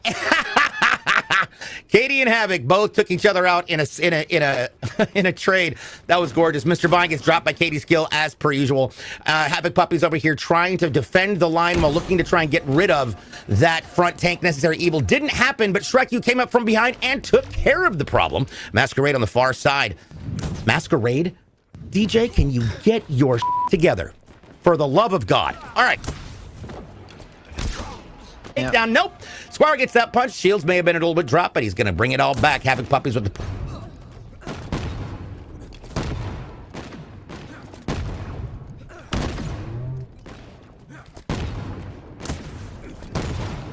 Comes the punch. Beautifully done. And here we go. We're going to run for it. And a little bit of a thrust. That's a free path. And no. Oh, my God. Yeah, they're going to get this. They're going to get it. Maybe. No. And it's a turnover. Mr. Vine with a beautiful carry kill.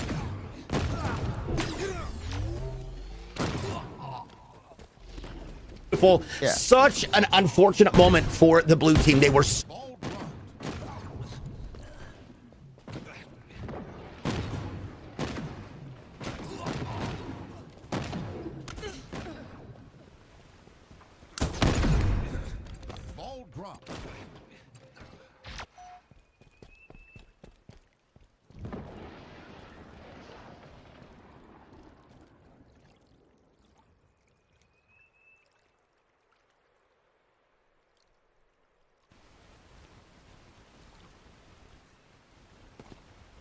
about the KDs we've got. Master Squire coming in with 29 kills and 24 deaths. It's Risky 36 and 46. Necessary Evil with 31 and 44. And Katie's Skill with 41 and 44. Over on the... Ducky's Game Pros? Okay, no worries. On the red team, All Shreky with 51 and 28. I think at this point that is the best KD we've got in the game so far. Mr. Vine with 27 and 33, and Havoc Puppies with 48 and 44. So, apparently we've got a game. What up, Lux? Hello! We've got a game freeze, and we're going to be getting back into it as soon as we get that player back in. That was absolutely amazing. I see so many names I have not seen in a very long time in here, and it's very, very nice to see all of you. I've missed you. It's good to have you back. All right. Now, so Sadaki, I believe, is restarting? Yeah, I would imagine so, given that the game froze. It happens. It's, it's PCs. Right now, it's 2-0 in round 2 of the first match, which is great. Coming up a little bit later in the... Oops, that's the wrong button. Later on, after this, we're going to be taking a look at the 4th and 5th seed teams. 9th place versus like clockwork. That is going to be our next match after we figure out who's going to be doing this. But this has been intense. So for those of you who... Don't thank you for the follow. For those of you who have been here and playing Grifball and Infinite and helping, doing the dramatic effort that you have been doing to create this game type since it wasn't provided by Halo. So how is this feeling? How excited are you guys to finally have Grifball in the current version of Halo? I feel like that's it. People are definitely jumping on it. Yeah, I mean we've had a version of Grifball in Halo Infinite since pretty early on. Maybe a couple months after launch, if that. We were able to force a mode out. We've smoothed the process out over the last couple of years, refining things, testing out different modes. Yeah. But yeah, we had put it together pretty early on, and that was again a good community effort, as you mentioned. Lots of play testing, lots of guys being able to throw things together. But we are now back as the hammers drop, player signal there, ready to go, and we get back into the action here. Squire has got the ball. We got Psyducky back. I'm trying to. Psyducky had. Oops, there we go. Psyducky's stats 27 and 46. We got another crouch. Do we have an argument about who has possession of the ball? Okay, there we go. Squire's got the ball over the half-court line. Katie's skill, Necessary Evil, and it's Risky up the half. Havoc Puppies against Risky gets a takedown. We've got Necessary Evil looking at Shrek and Havoc, but we've got Psyducky keeping an eye on the ball carrier where Mr. Vine is trying to get that, just get close enough to knock his shields down and pop him. Risky with a beautiful kill. We've got, oh my God, and there's the punch. Good Lord, Squire and Vine are so powerful with that ball. It's just, it's impressive. Shrek gets the punch too, and now we've got to get all the way back. He can't get the thrust in there fast enough because it's not going to push him far enough. But we've got, oh my God, Havoc Puppies almost destroyed Shrek, and they're on the same team. Katie's skill gets popped back just a little bit. Shields are down, and manages to catch it. Havoc Puppies gets punched by Squire, and Hades skill clears out the midcourt against Risky. Now we've got that respawn all the way back here. Now here's the problem when it comes to this tactically. If you clear the whole team at the half-court line, by the time you get to that three-point line, you are stuck with a whole squad in front of you, and you have to make sure the rest of your team is with you, or else you're going to have to pray to God that you can perform a miracle, because you can't really jump over them. And unlike 3, you can't just throw the ball into the goal. Well, no, we've never been able to throw the ball into the goal. No, you never been able Unlike to what we had a goal. Where was a game type where you could throw the ball into the goal and ricochet. Ricochet Halo 4. Oh my God, here we go. He's gonna go in. Go! And thrust him. Red team, let's go! 3-0, and it is going to be the Shrek Republic taking the lead. Let's do it. We got to get the first team to get to 5 goals. 5 goals. All right, right off the bat, it's gonna be Master Squire with the ball, and it's gonna be, unfortunately, Shrek is gonna take that away from him and say, nope, not today. Not today, my friend. All right, at the half-court line, we've got the respawn coming in off for the blue team, but Psyducky's up there next to Necessary Evil and manages to backstep just fast enough for a second, but Necessary gets that kill anyways. Shrek coming up. Oh, my God! Oh. Necessary Evil with the stab and grab. Oh, my God, and Psyduck saves the day, but Master Squire's coming up on the bottom. Risky over there, clearing it out. It's going to be open, and it's Mr. Vine, and red team takes possession of the ball. Yeah, I get so excited. I'm sorry. They're having their chances. Blue team is having their chances here. They just aren't quite able to get it over that line. They're getting to the 5-yard line and they're not quite able to push it through. Yeah. And that could turn on a dime. I mean, it's not like they're destined to that the whole game. If red team slips up at all of a sudden those are some goals and they get back into this. So they're keeping up the pressure. They're doing well. It around. Jesus. But they are in a position where they need to start making something happen. They're down 3. Yeah. in the second game of a best of 3 where they're already down 1-0. So Yeah, they're they have to make need some- they need to make some plays here. It is always Grifballers know what we mean once you get into game fatigue. What you really don't want to do is let the scores and the kills change, get in your own head. There's a punch. He's going to walk it in, punch it. Another punch, and there it is. Goal! Blue team gets one on the board. It is now 1-3 going into round 5. That is what we wanted to see, and that is what we call Grifball. I love it. I love it. But hey, buddy, can we fix the internet instead of talking in the DJ Blue stream? What? Who's talking in the DJ Blue stream? I'm not sure which one it is. I'm not sure what Lux is talking about. All right. But yeah, as you mentioned, that was a big play that they needed out of Squire. He was able to take that, get those 2 punches with the ball, and find the goal. Yep. And quite frankly, you shouldn't need to rely on a player that much in order to be able to score a goal, because if the other team shuts them down, then you're just screwed. So they need to find some other ways to make them happen, but it's a good start. Squire was able to make a play, get them back into this game, get the morale up, get some momentum on that side, and we're going to see what they're able to do here. But at the same time, Mr. Vine and company has just been causing absolute chaos. Shrek still at plus 20 with 65 and 45. I want to talk real quick about what Mr. Vine just did there with Risky. Managed to boost past him as the as the hammer dropped, and then turns around, had another one coming up behind him who didn't want to kill their own teammate, punched him. Risky turns around, and Mr. Vine punches Risky and managed to walk and still maintain possession of the ball. That is fantastic. Lux, what do you mean, man? Whisper at me or something? Okay. I just want to make sure. There we go. All right. Mr. Vine with the ball back to the red team. It's going to be Risky and Necessarily Evil and Squire along with Katie's skill past the half court line, which is good because that's good for the big blue kill! team. They're Big kill and Risky! There it is! And it's going to be blue team coming in for another goal! Oh my God! 2-3 in round 5, and we're going on to round 6. Let's go! Oh Absolutely my God! Clutch out of Risky there as he gets that kill with the hammer on the carrier, pops the ball up, is able to immediately pick it up, notice that there's no one in between him and the goal, and immediately just bury it. So incredible work out of Risky there. He was able to make that play happen. Good work out of blue team to force it in the first place. And red team now, all of a sudden, it's a 1-goal game. This is a match again. Now they're the ones. You're going to see what they can do. They had a strong start. Are they able to continue this? As I said, Shrek plus 23 now. The tanking has, I don't want to say dried up, but it's not as overwhelmingly one-sided as it was at the start. Blue team is starting to pick it up. So now if red team, they had the momentum. Let's see if they're able to get it back and do what they are able to do best. Get some passing plays maybe, or have Shrek absolutely become a monster and finish things off here and get those final 2 goals to get them into the semis.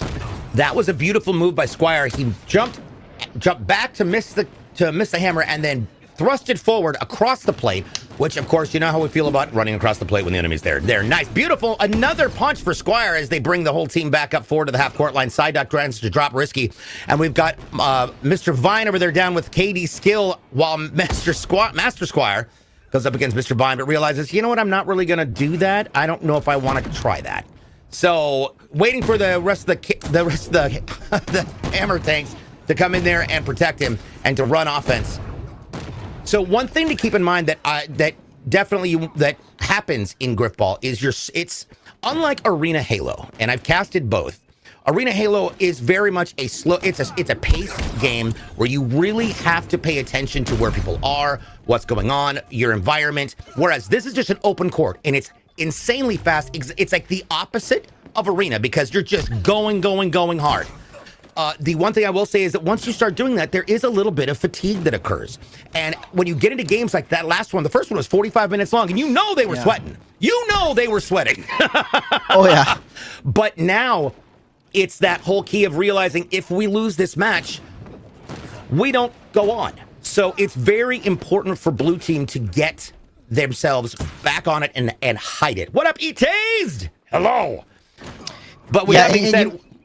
I was going to say, what you mentioned there is incredibly important, and that's what we see a lot of games or a lot of situations where a game goes on for 45 minutes, 5-4, everybody's just down to the wire making incredible plays, and then the next game's over in like 6 minutes with a 5-0 or a 5-1. Right? Because the team is just drained. Yeah. And that's not the case here. These teams have been going on for a little over 20 minutes now. And it's Ball still is in the air. a 3-2 game. They're still giving her. They're going hard. So that's exactly what you want to see out of both of these sides. Red team not letting off the gas. They have that killer instinct, trying to finish this off, get themselves to semis. And blue team just fighting to stay alive. It's incredible stuff for both ends. And they're both now making those plays that you want to see out of them to keep things going. Beautiful move by Squire and Necessary Evil, whirling back around and he's going to try and get back in behind. Ducky takes, oh my god, that's not going to happen. Shrek, Havoc Puppies, and Psyducky managed to scare the ball out of him, and now Necessary Evil has the ball. Going to toss it back to Squire. Squire back off the spawn line, coming up against that half-court line. You've got Mr. Vine going up against Katie, and Havoc Puppies and Katie Skill, who are friends, by the way, and I adore both of them, they traded once more, which is great. Katie Skill getting that down on Necessary Evil. Havoc Puppies coming over here against Risky. Risky wins that little battle. Shrek U coming up against Katie, and Katie says, hell no, it's not going to happen. Beautiful punch by Squire. Havoc Puppies up front. Another punch. Let's go. Can they clear out the spawn line and do it? Here we go. Are we going to see it happen? Punch. Oh no. Nope. Risky Betrayal. kills the ball carrier, and the ball is back. It's turnover back to the red team. What an unfortunate moment. Yeah, you know, he's kicking himself in the dick for that one.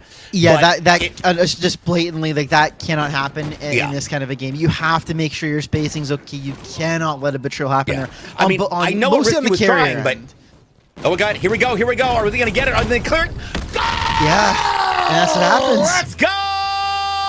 4-2, and it's going to be a lead by the Shrek Republic. Nicely done. Oh my god. That is one goal away from winning this and taking away going on to the next round.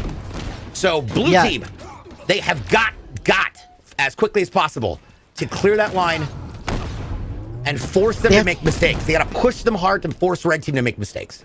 They have to be basically perfect the rest of this game. They're down 4-2.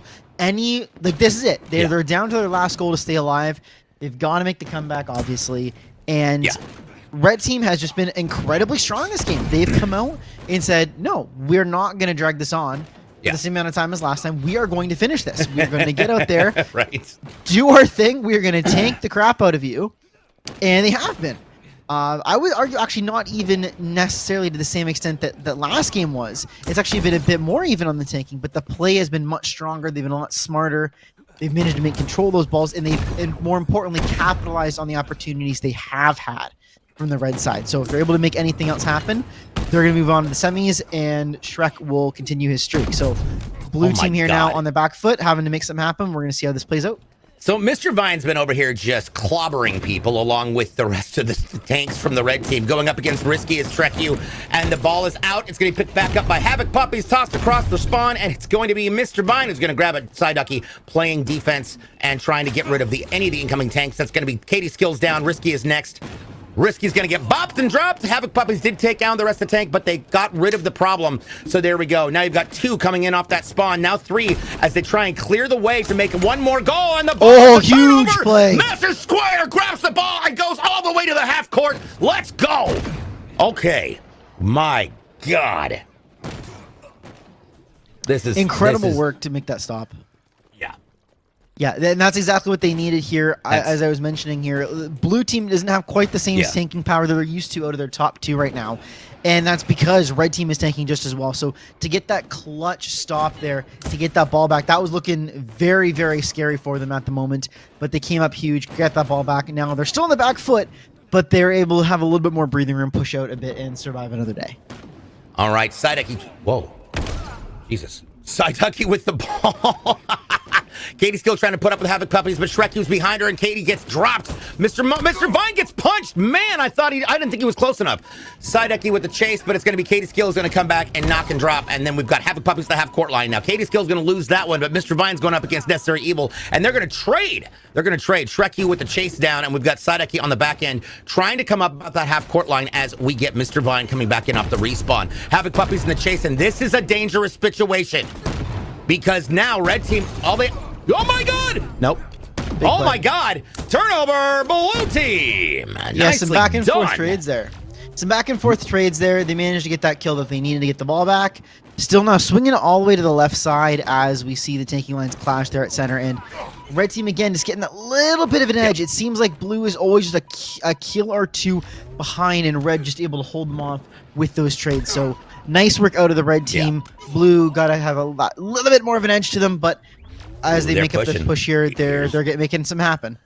Big shout out and thank you to the Noble TV for the gift sub in the channel. I appreciate that. Don't forget, if you don't want to see some commercials, all you can do is sub. If you want to say thank you, you can throw bits or tips or otherwise. But right now, we're walking through and Mr. Vine turns around and punches him, gets the ball, and it's a turnover for red team. Oh my God. It looks like he got I was not expecting that. Katie, let's go. Oh my God. Katie's skill is going to, Master Squire takes it. He's like, no. Listen, that's my ball. Yeah, now he's got to clear it out. There's one, there's two, and it's gonna be a goal! Blue team ties it up. Ooh. Oh my God, no, brings it closer to a tie. It's 3-4 going into round 8. My God. One more goal and they tie it up. Again, we're still in the same precocious situation of blue team with the nice pitch. Grab Katie's skills the ball. Went flying. Or sorry, somebody went flying there. Across the map. Yeah. Risky is going to go ahead and leave the ball there as we wait for the dedicate. No, Necessary Evil's going to be the runner. Nope. What happened? Passing it off to Squire. Squire to Mr. Vine. Mr. Vine's going to get punched. Havoc Puppies in the back is going to get dropped. That is going to put them back on the respawn line while Shrek U comes up and tries to take care of an issue, but it's not going to happen. Master Squire gets the kill on that. Yeah. Necessary Evil in the middle. Mr. Vine. Ty Ducky coming up for Mr. Oh, look at that. Nice punch. But he's got too many people close to him. Throws the ball back. Picked up by Katie's skill. Yeah, he made the smart At play the there. half-court line. He knew he was popped up and he wasn't going to be able to get into a good spot, so he just tosses it back. And this is right after we saw that last play last round, where not only did he get the punch, he managed to thrust over the red player to get past that hammer and land on the goal. This is a fantastic play out of blue we're seeing right now. Red still stands strong. Don't get me wrong. They haven't slowed down at all. But blue has picked it up a bit and now forcing red's hand. And it's, as you mentioned, now one goal game, and we are right here at the end. Big shout out to Techno AU. What's up, my Aussies in the house? Australian, let's go. And here we are, Mr. Vine trying to come in, and that's going to be a punch and a goal. Oh my God, there we go. 3-5, and that is a win. The Shrek Republic continues with after their 5th goal. That is going to be moving on into the next bracket as they take down Knocked Goose. What an incredible game. Let's, my God. Let's take a look at those. Whoops. No, let's take a look at those stats real quick now that I know how to do it. There we go. Let's see here. What? I don't know what you were going for. Last match results. Yep. There you go. Oh. You got it. There we go. I'm done. All right. Sound from the top. That's going to be Master Squire on the blue team with 57 kills and 17. Sorry. Nope. 74 kills, 57 There we deaths go. for Squire. 74 kills and 57 for Squire. Katie's skill with 118 and 95. It's Risky with 77 and 111. Necessary Evil with 76 and an even 100. Katie for Master Squire 17. Katie for Katie's skill is 24. Negative 33.3 for Risky and negative 23.7 for Necessary Evil. Down to the red team. It's 75 and 77 for Marvin. That's a negative 2. Psyducky with 71 kills and 103 deaths. That's a negative 31.7. Havoc Puppies 94 and 109. And that is going to be 13.3 and 107 for All Shrek U with a massive of 31 leading the entire lobby. And that is fantastic. Williams 22, thank you for the follow. Welcome to the show. Oh, we're Mosquito. Nice to see you. All right, this means we've got a winner for the first bracket. Is going to be going. Get it together, DJ. The Shrek Republic moves on, and now we're going to go into our second set series tonight, and that is going to be the 4th and 5th seeded teams. That's 9th place in 4th. Like clockwork in 5th. Let's take a look at that team roster. All right. 9th place is going to have Mungo Pungo up there, who I love. Miss Wolverine's over here like cheering. Yeah, we love Mungo Pungo. Mavbridge, Skull and CX, Mr. Vine, and G30. Go. Sabosaurus Rex, Dylan, Avenger, and Captain Seb are going to be on like clockwork. Now, is that Avenger like TCT Avenger? Yes. Oh my God, I'm so excited. So while we get this, say what? Dylan might be subbing out. We may have a couple subs that are going to be coming in because we've got a couple things going on. As always, this is a this is a, I would say, a community league. So there's always the chance that somebody's got work, somebody's got a family issue, somebody's dog just farted and cleared them out of the room. I've had that happen. Yeah. Yep. I'm very honest. I farted myself awake this morning. I don't know what the hell I ate yesterday. Actually, I do. It was fajitas. And I mean, I had to get up and get out of my own room. I was just like, good God, Smoke yourself out. Why are you so angry at me? Yeah, it was one of those moments. But yes, so yeah, he is. We got Shrek Me over there. Well, thank you, Hell Shrek. yeah. You guys played well. That was a heck of a game. You put on an absolutely brilliant. fantastic performance, tanking wise, and So- all of you guys played like pretty even. There was nobody that was noticeably an anchor by any stretch of the imagination. All four of you guys were incredibly strong. You're going to be a dangerous team. Yeah, absolutely true. Absolutely true. We didn't see a whole lot of pass plays like for goals, but we saw a lot of pass plays on defense to try and keep the ball away from the incoming team. When you know you're going to die, you got to get rid of that ball and put it into some place that's going to be that's not going to have the enemy there. Now, are we going to need we're getting other teams in? Yes. All right. We're going to do that. So right now, we're going to take a quick break. When we come back, it is the second matchup, and it is going to be 9th place versus Like Clockwork as we go into match 2 of day 1 with the Play Grifball Winter League Championships right here on Twitch. Don't go away. We've got more after the break. We'll be right back.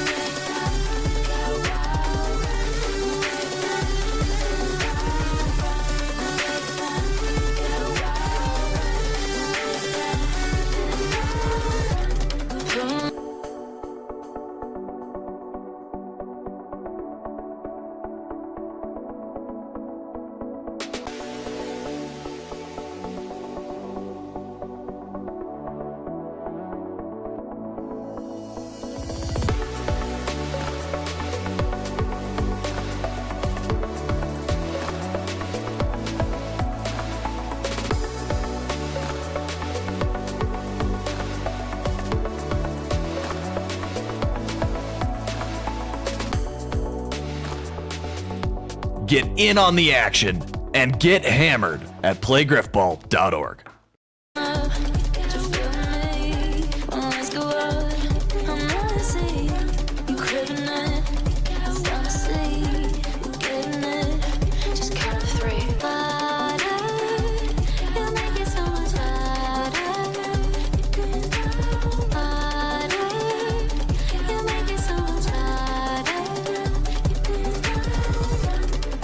This night I will forever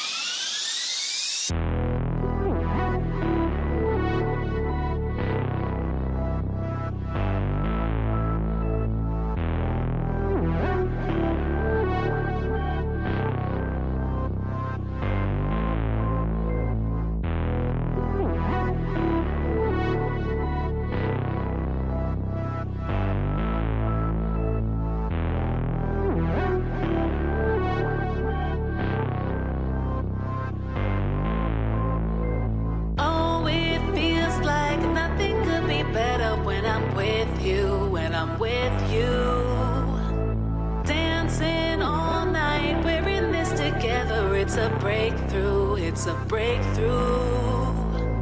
Oh, it feels like nothing could be better when I'm with you, when I'm with you. Dancing all night, we're in this together, it's a breakthrough, it's a breakthrough.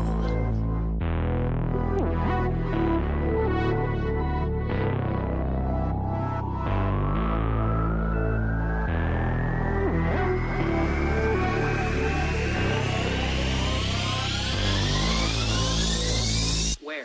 Where's the beat? Where's the beat?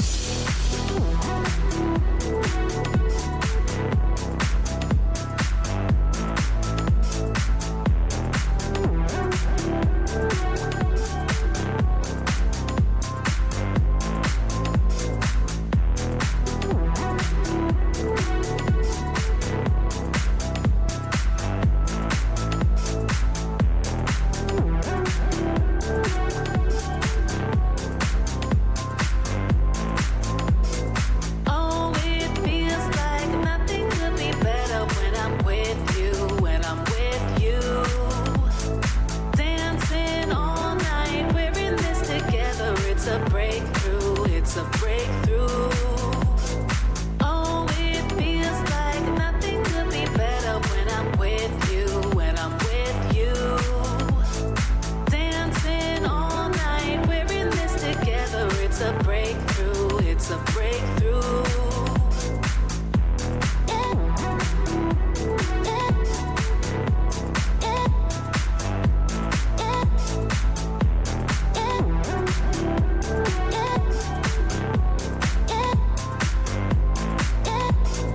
Oh, it feels like nothing could be better when I'm with you, when I'm with you.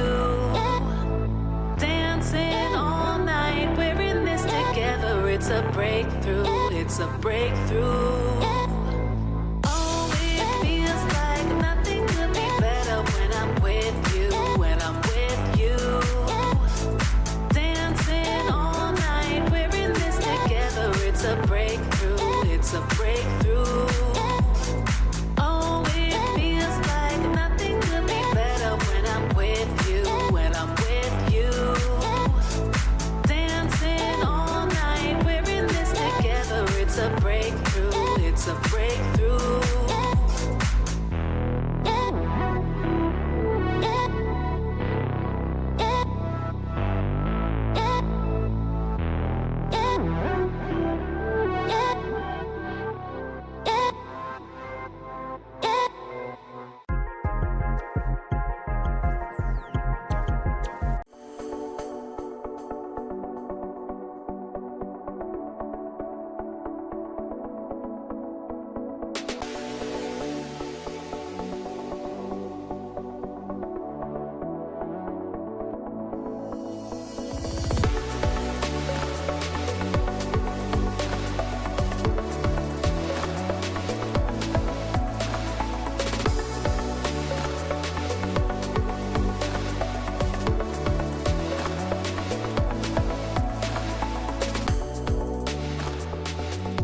Get in on the action and get hammered at playgriffball.org.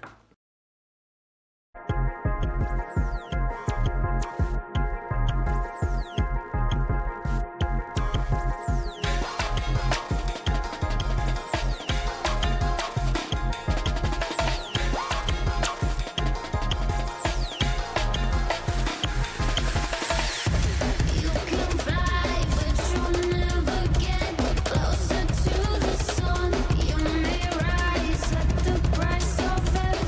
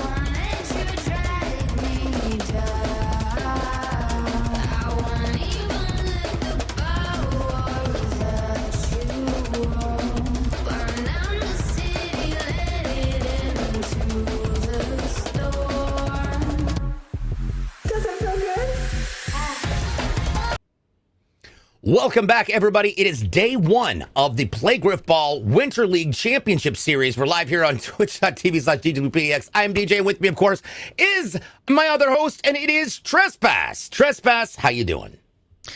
I'm okay. Bit tired after that first game. That was a long one, but some nice series as we got to see. That would have been Shrek's team moving on now to the semifinals, and they are going to be taking on Novice's team tomorrow evening in the semis. There we go. Now, I'm so jazzed about this because on the red team, which is going to be like clockwork, TCT Avenger is there. TCT Avenger is the captain. My captain, where we won the Summer League 2015 championships with. So, walk us through the players. But Trespass.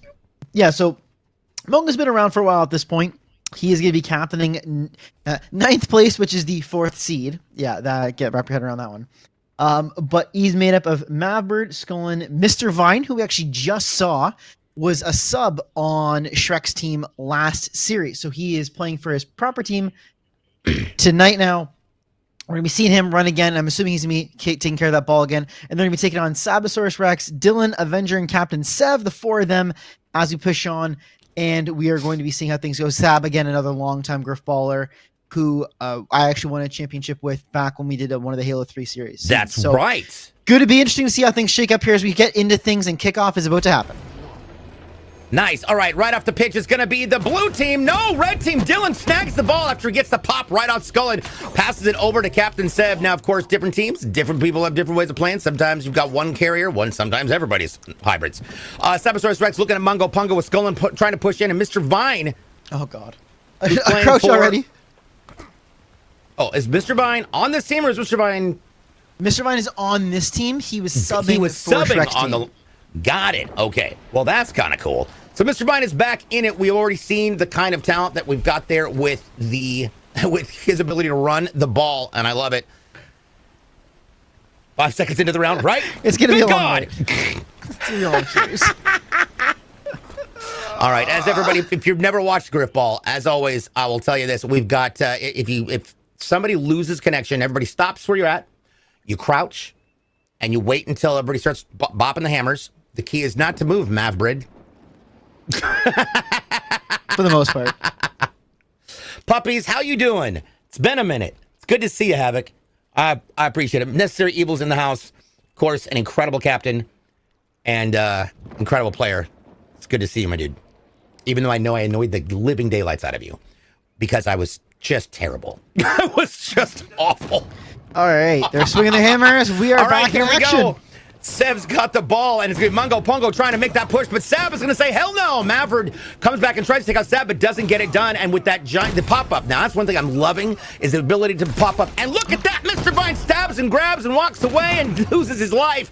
It is going to be back in the hands of blue team. Maverick with the ball. Now, Mav, historically, I've always seen him as a runner, so it's interesting to see him in the tank role. Although I could be wrong. Not necessarily. He has definitely started picking it up. He is actually one of the highest KD ratios for the season, one of the highest KD spreads as well. So nice. In total kills. So I mean, he's doing his thing. He's getting those kills, whether that's with the ball carrier is another story. But he is certainly actually a lot of it with the ball as well. So yeah, he's doing his fair share of carrying too, but helping obviously make that push as we see Sev now in possession of the ball here for red team. All right, red team coming up at the midcourt. We've got Mr. Vine on the far side with Mungo Pungo and Scullin creating a nice offensive line there where Maverick tries to wrap around. Dylan comes out, misses the shot, and then finally gets to take down Mav. TCT Avenger going for Scullin. He's got Mungo Pungo in his sights, but we've got Sab who's just clearing house right now. Mav coming out of nice. Moves Mungo over. The red team is going to be able to clear it out. That's free. And it's a... No! Oh my God! That's free. Oh! Round one goes to the red team. It is going to be a score by like clockwork. Nicely done. That was beautiful. God, I miss screaming that word. Yeah, All great. Right up the pitch. It's going to be red team. It was just a great stop there on the initial play, only for the ball to pop right back out to one of the red players who managed to scoop it up. So good work out of them to be there for the rebound on that one. And from a tactical standpoint, when people are thinking about strategies, it's very important that you're paying attention to, oh my God, Scullin grabbed the ball and they're right there. Dylan goes in and Dylan says, no, get. And now it's red team with the ball. Oh, the teabag! Mav! He dropped Mav! the teabag! Oh my God! Well, we can see how somebody's getting along with the rest of the world. Somebody woke up and chose violence. All right. Yeah, Captain absolutely. It's feisty out here. Some people are thirsty for violence, and that's what we're giving him. Captain Seth with the ball on the backside. TCT and the Avenger going back between Mungo and Mr. Vine. Mr. TCT Avenger takes on and protects him. He's going to have to get up Mr. Vine. Oh, no! Gets dropped by Mr. Vine. And there we go. Now the ball is in the open. It's going to be picked up by Sab, and Sab's going to lose it. It's going to be going to TCT Avenger with the ball. He's going to pick it up, hand it back, and it's going to be back in the hands of Captain Seb. Mungo Pungo coming in there being the violent bastard that he is, and I love it. Scullin is looking to try and push Sab back, but unfortunately it's going to happen, and there we go. Blue team with the ball. Oh, are they? Blue team gets the ball. Yeah, It's going to toss it backwards. There we go. That's the smart strategic play. Mr. Vine on the back by the spawn line, and that is where he's going to grab it as we hit the half-court line once again. Rest of the team is, look at that. Mungo Pungo just destroying everything in his path. Oh my God, and TCT Avenger finally drops him. I was thinking there would be a pass play there, but it did not happen. All three of the red team now, with only Captain Seb coming back in on from the spawn line to the midcourt. Yeah, there was a good play out of Mungo there to try to make something happen behind enemy lines. Just wasn't quite able to get the kill. Some nice defense there out of blue team to take out that carrier. Dropping it back to Mr. Vine, who is going to be running here, evidently, for this blue team as well. So it's looking like it's one of those situations where Mr. Vine is going to be the primary carrier. If push comes to shove, Mav will grab it and take things while they're in the offensive zone. But in the interim here, we are seeing Mr. Vine continue to do what he did last game, which was just manage to hold on to that, keep the ball safe, and make some plays happen where he can. Absolutely. Mr. Vine with the ball. TCT Avenger and Sab on his tail. He's going to toss it all the way to the far corner. And Mungo Pungo's going to pick it up with Captain Seb on the chase. No, he's just like, nope, let me pop you back there real fast. I'm going to drop it for Vine. Vine's going to pick it up in the far corner with Mungo on protection. Dylan's over there getting just dropped by Scullin. And at the half court, we've got TCT Avenger going against Scullin while Maverick is trying to take on Sabosaurus Rex. None other. I got to meet Sab at Outpost Discovery, which was okay. fun. Yep. That was a joy. Did you get a chance to go to Outpost? I did not. No. Damn. No. That's why I didn't see it. Okay. TC Adventure smacking everything across the board, but he's going to try and hang out at that goal line. But yeah, I was wondering what he was doing. There we go. Gets dropped by Mr. Vine. Captain Sev, Dylan, and Sabosaurus Rex, along with Avenger, are going to be pushing up towards that half-court line while the ball carrier is just kind of pacing himself, I would say. There we go. Avenger with the up, and the ball's crossed. And it's going to be Mav who's going to have to get it if he pays attention, and he doesn't. It's the red team going to pick it up. Dylan's got the ball. He's going to get the first punch. No! It's a trade. It's back in the hands of blue team. Yeah, My it's all God. defensive work. Those hammers coming in as a unit to manage to make that stop happen. And now immediately turning things back on the offense. Mav getting a nice kill, but the trade coming in from that red team to get that carrier kill after the punch came through, and they're going to steal that ball back and let Sev do his running now. Yep. Sev with his super sneakers on is running back on the backside, trying to hide behind Sab. Not hide, but he's going to use Sab as an offensive lineman so that he can get up to the front. Mungo Pungo with the kill, Sab with the takedown, and they've got Mr. Vine and Scullin, who are both coming in, so Dylan's going to have to get over there and cause some havoc and cause some damage. Instead, TCT Avenger takes care of it. All four of the Reds coming across that half-court line. Mungo Pungo gets dropped by Seb, while Dylan goes up against Maverick, and Maverick's going to win that one, while TCT Avenger trades in the downfall, and it's going to be Scullin who knocks the ball out by killing the runner, but unfortunately the ball went right back to where it came from, and that is the red side. Nice punch for Scullin. Seb coming up against Mungo Pungo, and Mungo gets the kill. The ball, Ball is deflected back into the wall. in the red hands. Uh-oh. Here we go. No harm, no foul sort of a situation there. Got knocked back into the wall, but immediately dropped to one of their own players again, and they were just able to run it out the other side to safety, and now make a strong push with Avenger and Sab making a front tanking duo, but immediately get taken out, and then the sword comes in, and immediately the blue team decides to counteract that. I forgot how much chapstick I went through being a caster. Because you're just talking so much and drinking water so much, all of a sudden your lips just dry out. Look at that. Beautifully done by Dylan, but it's not going to be enough. Scullin's going to run over there and grab that ball, but Sab is going to push the pressure on. Nope, does not get it. And that is Scullin with a beautiful punch right there. That is great. Luffy King 303, thanks for the follow. Welcome to the show. Glad to have you here. We've got now, this is a great lineup right here because he's going to go for Sab, and Mav is still up. He's still going. We got TC Avenger, and Seb goes down. We got TC Avenger over there, and Mavrid. Mavrid grabs to drop him. Jeez, Mavrid has just improved so much since the last time I saw him play. All right, now Captain Seb holding down the fort on the red spawn line, pushing it up. Now blue team's taking it back across into their side of the court, and it is Mr. Vine with the ball. Yeah, still doing his thing, getting those punches. He is actually leading his team in KD at the moment. Brilliantly. Quite a significant margin. And we're seeing Sab on red team now, 41-25 at this point in the game, being an absolute machine. I was just going to go through that real fast for people who wanted the stats. Mungo Punga's at 24 kills and 30 deaths. Maverick 26 and 32. Mr. Vine 28 and 19. Scullin with 36 and 37 and 34. Over on the red team, it's going to be Dylan with 24 and 41. 25 and 41. There we go. Avenger with 27 and 34. Sabosaurus Rex 43 and 27. And Captain Sab with 17 and 25. And of course, as I say their names, it goes gray, and I realize I'm getting them killed by saying their name.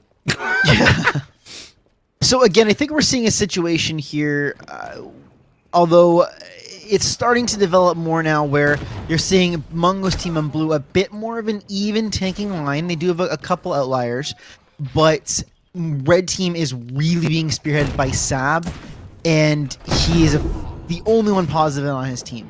So that's going to need to turn around for red if they're wanting to make a push out of this. I mean, they are up one, things happen, but in terms of long-term play, they're going to want some more offense out of their tanks in order to keep this going in the same way. Yeah, absolutely agree. All right, red team has already reformed. We got Mungo, Scullin, and Mavbred as Mr. Vine got taken down and is coming back in off the spawn line. Going across the half court, we got Mungo on the backside who's getting dropped by Avenger as Sev wraps around to go underneath Dylan. Now, Dylan's going to be over there against Scullin and Hybrid on Mavbred, which is a dangerous combination. And here we go, crossing across the plate. We all know how we feel about that. It can be a dangerous move, but sometimes it's absolutely necessary. Ball is out, beautiful toss. All four of the blues were on top of it. Red team goes, and here we've got just one. Now, this is one thing that I've got to point out that's beautiful, is if you can get somebody, if everybody's back there on your side, if the enemy's on your side of the court. Here we go. Wow. Go! Round two goes to the red team. That is going to be 0-2 going into round three. So what I was saying is the fact that, oh my God, that was so fast. The fact that if you can get an offside situation where you've got everybody on your side and nobody's dead and you're already at half court with the ball and you can run, the only way to get somebody over there fast enough is to kill your own teammates so they can respawn. Yeah, exactly. That's the thing. And when people are like offsides, stop hitting.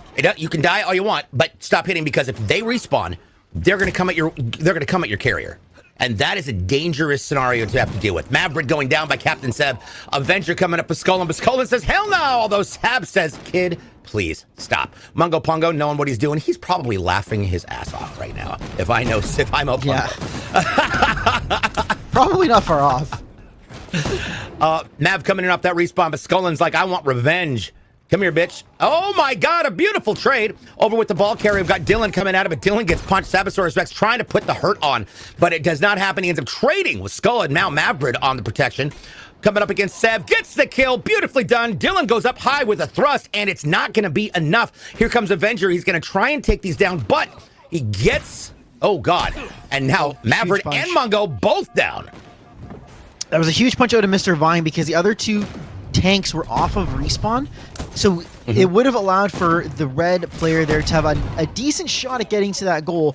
I'm not convinced he would have made it, but it certainly would have put the pressure on blue and could have been their chance for the third goal of the game. But now we see blue here making a push of their own as they try to creep towards this goal. And here we go. It's going to be, it's in the open, and there we go. TCT Avengers got the ball, and blue has lost the opportunity for that goal.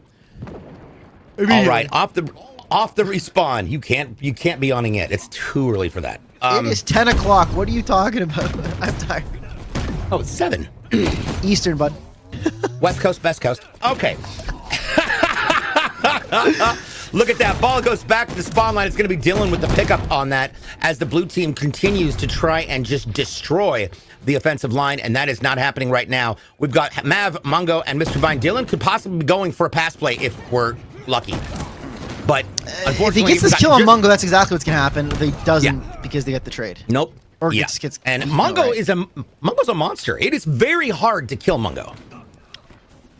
I mean, Yeah. it's hard for me to kill Mungo. Fair enough. I was going to say. Let me quantify that statement. Nice punch, beautifully done. Seb's still alive. Mungo is still going, but he's using that thrust to backstep just enough out of the range so he's not getting pummeled. There's a trade with Mungo, and that is going to unfortunately put him back on the respawn. We've got Seb behind Sabosaurus Rex and Avengers coming back up to the half court line with Scullin coming in. Scullin's down, Mungo and Mr. Vine on it. Look at that. There's the run. Oh, Avenger goes down. Sab coming back up for the protection, and it's going to be a drop. Ball is in the blue hands, and it's going to be Mavrid. And here we go. Nope, that's not going to happen. Not quite. Nope. Nope. Wah, wah, wah, wah. I was just like, oh my God, I could. Nope. No.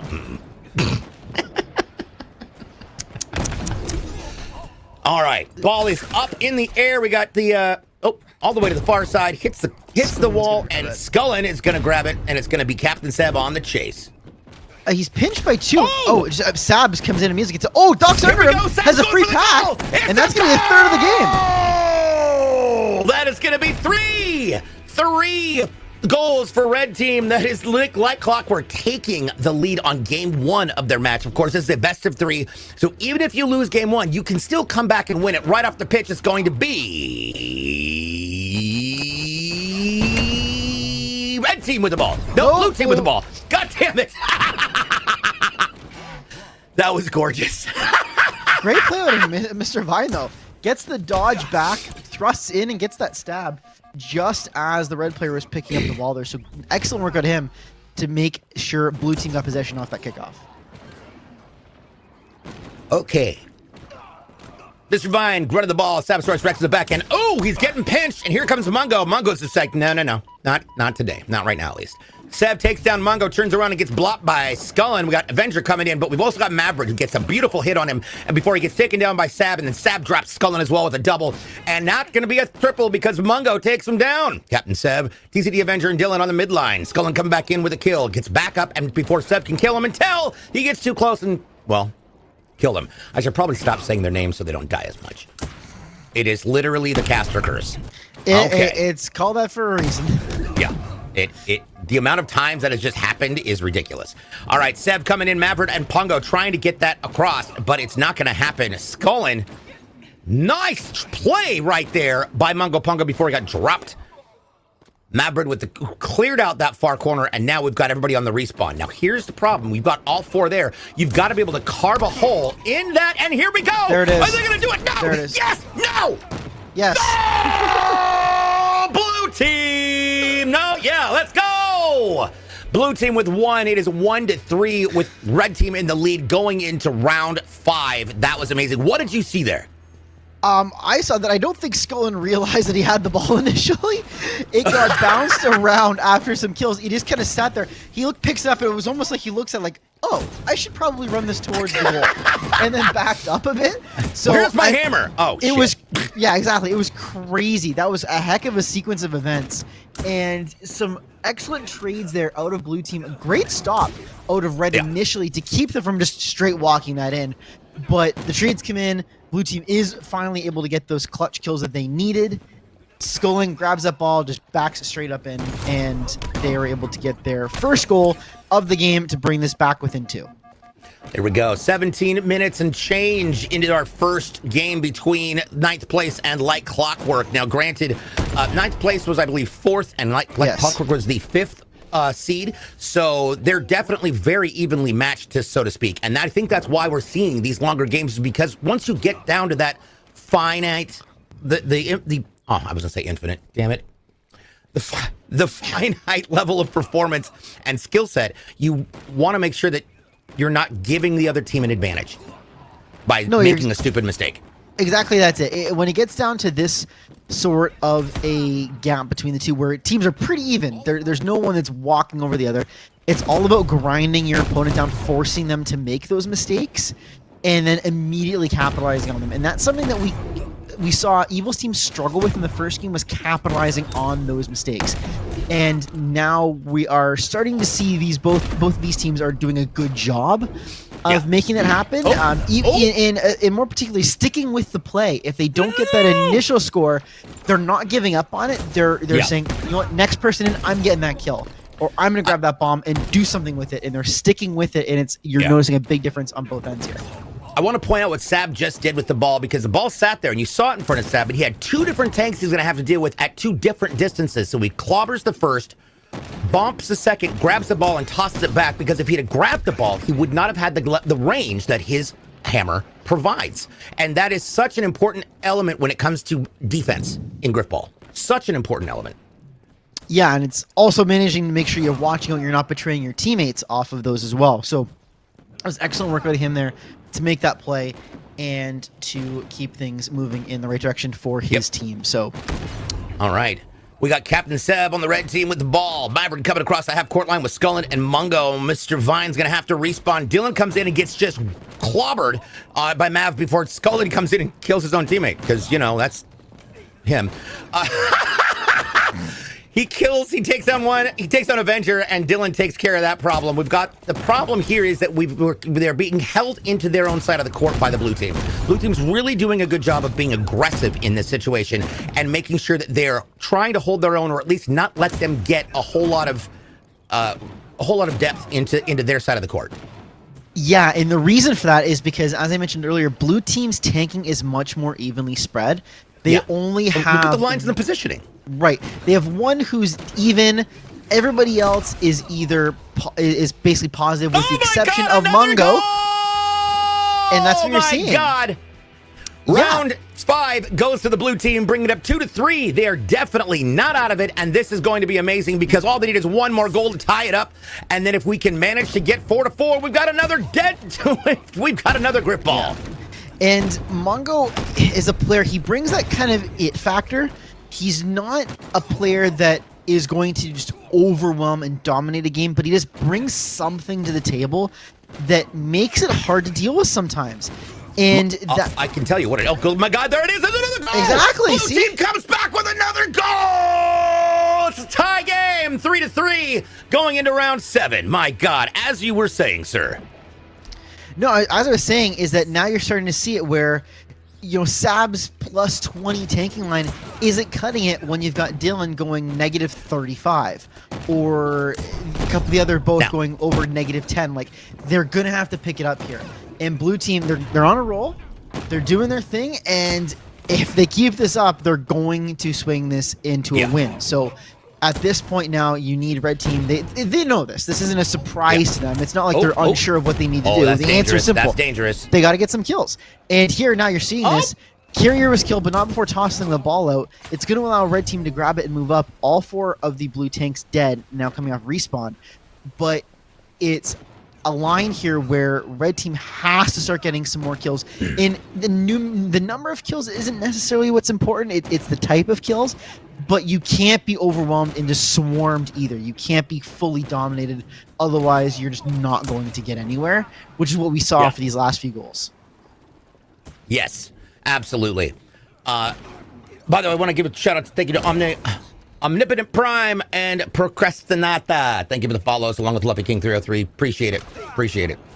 Don't forget, if you'd like to know more about Grifball or how you can get involved in the Play Grifball community, go to playgrifball.org for more information. And I'm pretty sure I can get a mod to throw that into chat so people can just click the link. That'd be great. Captain Seth with the ball, going to the far side with Rex in front, TCT Avenger coming up on his side, and Dylan over on the far end trying to do a wraparound, and he does not work out because Mungo Pungo is going to be there, and it's going to go in, and it's going to be a steal! It's a stab and grab, and that did not work out. Mr. Vine takes the ball. Maverick managed to stop it right on the goal. That is fantastic. Yeah, that was a great stop out of blue, and that was a lack of patience out of red. They tried to force it. The initial hammer wasn't going to get both. The carrier probably should have taken a look at that and either tried to take an extra stutter step before going for a punch if they got one of the kills, or tossed it back. That was a complete lack of patience that cost them there. Good attempt, but something that they need to iron out here as they go further into the playoff games. Yeah, absolutely. There we go. Now, we've got Maverick. No, sorry. Carrier throws the ball to the far side. Looks like it's going to be Dylan that may get there first. If he can just clear Maverick off the ball and Scullin out, TCT Avenger's going to provide the defense. Mr. Vine comes up and gets punched. It's not going to happen. Red team has the ball, goes back to TCT Avenger on the spawn line, and they're going to have to reset, but Sab is still back on blue spawn. So what is going to happen here? Mr. Vine's already clocked once. There's a double. He takes down Mr. Vine and Maverick. Mungo is down. Now's the time to get up there. Mr. Vine with Maverick and Mungo Pungo are trying to get to that ball. Scullin's wrapping around the backside. He's going to come in and he's going to not Nice get it. punch. He gets punched. Nice trade, nice.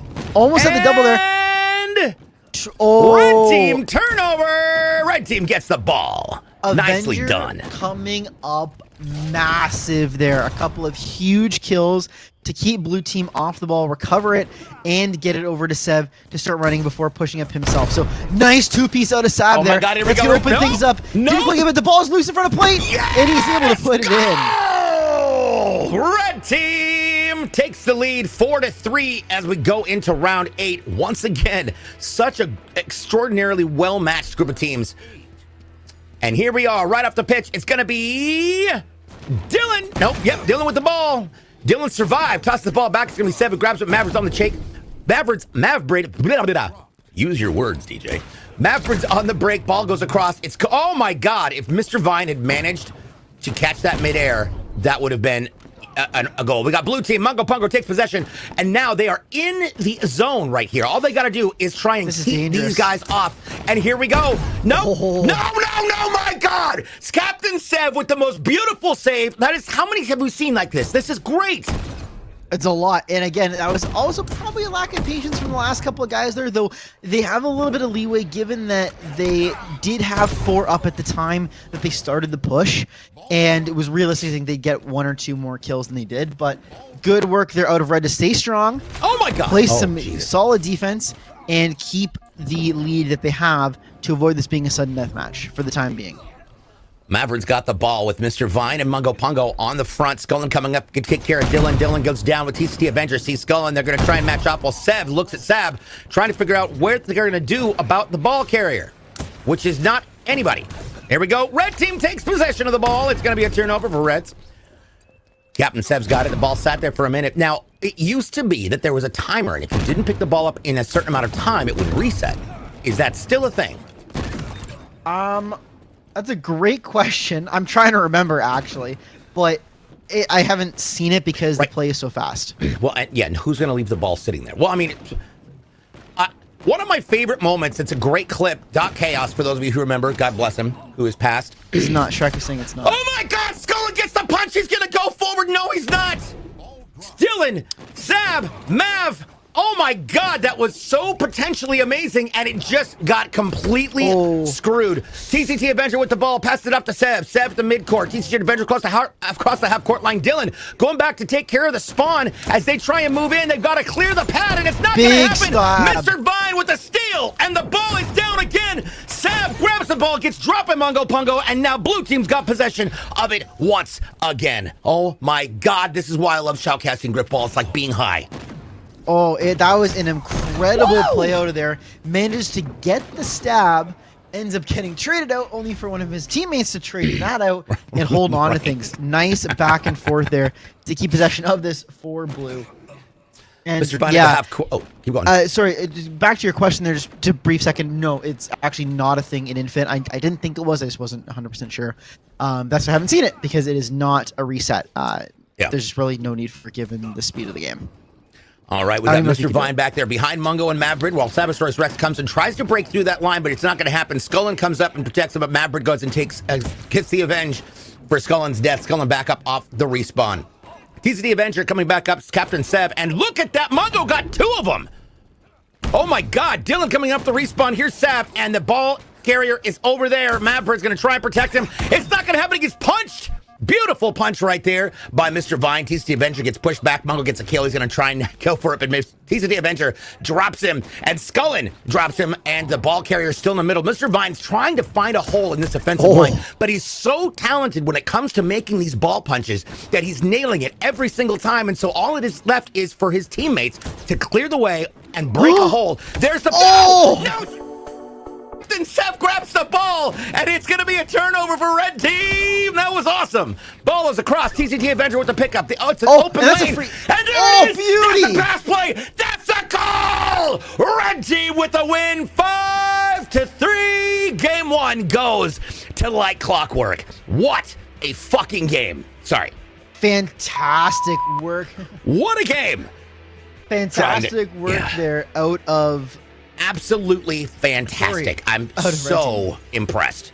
Yeah, fantastic work out of them, not only for that interception to pick off that attempted pass, but then to immediately turn around and fire a strike right on plate of their own. Absolutely. That was an incredible job out of Red to wrap things up here, as I'm assuming you're going to run us through the stats here. Yep. Taking a look at the stats, we got blue team on top, and that is going to be for ninth place. Mr. Vine, 82 kills and 60 deaths with 1 assist, a KDA of 22.3. Mr. Scullin, CX, 100, 102, 3, and a -1 for his KDA. Maverick with 106 and 92. Mungo Pungo with 73 and 99. That's a positive 14.3 and a -25.3 for the respective KDAs. Going down to TCT Avenger. Gotta love the man. 77 kills, 101 deaths. That's my boy. Playing like I do. Getting them kills. Getting them deaths, actually. -24 on the KD there. 123 and 89, leading the entire lobby was, of course, veteran Sabosaurus Rex. Check that out. 123, 89, a KD of 34.3. Wow, he did a KD of 343. Yeah. Captain Sev with 52 and 72 assists and a -17.3, and Dylan with an 81. 117 deaths. That's my boy. Let's go. 2 assists and a -35.3. Look at that. We've got a 343 and a 117. I feel like this is the night for Grifball to return. Let's go. I'm digging it. I'm very much digging it. Going into game 2, are we all ready and good to go? Got hap. Are you solid, Trespass? Does anybody on the other team need to... I'm good. All right. We're going to go into game 2 of our final... Wait, this is our final matchup for the night.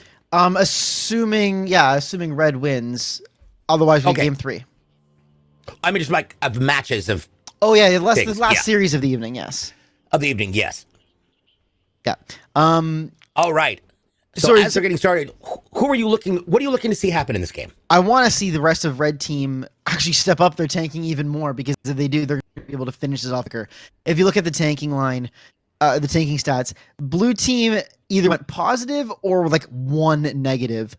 With the exception of Mungo, who, and as we talked about, Mungo kind of has that it factor, so he gets a bit of a pass.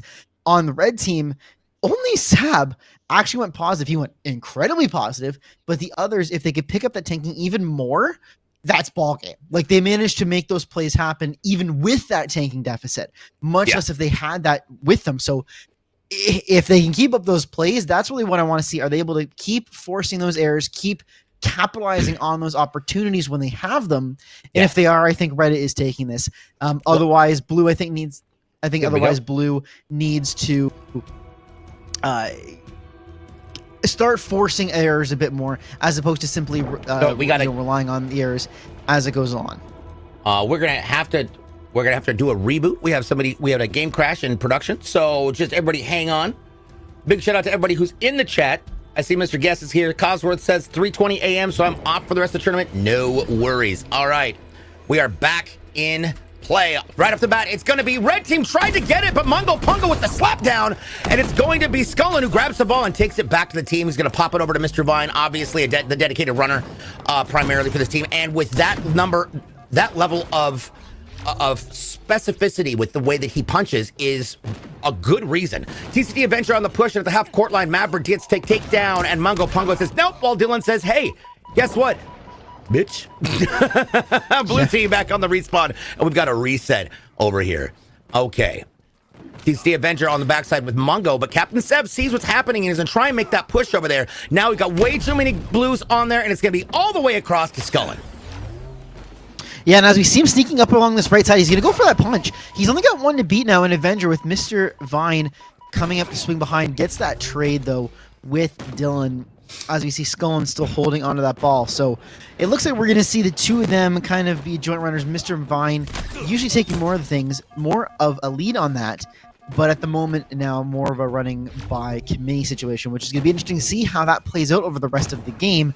If they're going to stick with that. God! But a pick What off! Beautiful stab and grab, and it's a goal! Round By one Sev! goes to the red team. Let's go! Oh my Massive God, that stab. was beautiful. Beautiful stab and Incredible grab right play. there. Woo! Absolutely fantastic. Not much to say other than just textbook. And holy shit, Scullin- that was amazing. Yep. Scullin got beat. Scullin Oh! got beat with it.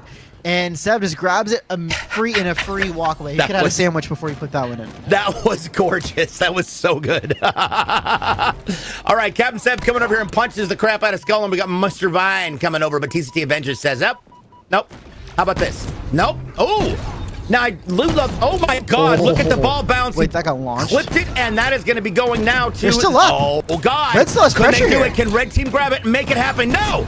Oh, my Yes. God. Mungo's got the ball. Yes, And we can they pull it in. can. Dylan says it. No. Oh, my God. Oh, my God. The steal. Scullin grabs it right off of the plate before it gets scored, and it's going to be back in the hands of the blue team. What a reset. What an incredible reset. It was incredible. And we saw the effective defensive work there out of that blue team. Last man standing was able to make that happen and prevent that last minute score from going in. So incredible work out of them. Keeping this at a 1-0 game. Could have very easily been 2-0 if they didn't make it. I mean, if they didn't make their steps right. So good work out of them, and we're gonna see if they're able to continue that moving forward. That was a fantastic play. I absolutely love it. God, I've missed casting Grifball. All right, Scullin's got the ball. He's going over to midcourt in the center line. He's going to try and run it around before the spawn happens. There goes the protection, and it's a goal! And they turn it around. Let's go!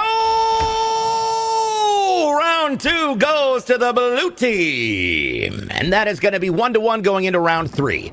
That was perfect. The way that they offset the kills so that nobody was respawning where he was there. Yeah, that was great work. Whether that was intentional or not, I Right. couldn't really tell you, but it happened enough that it gave them some good room there. And now we're seeing Red come in with some strong tanking. Look at this. This Here we is go. gonna They're be a going to go for it. tanking. They're going for it. Goal! Let's go, Red Team. That is 1-2 going into round 4. Good God. And as I was saying right at the start of this game, what I was looking for out of this Red team, well, now you've got Dylan at +7.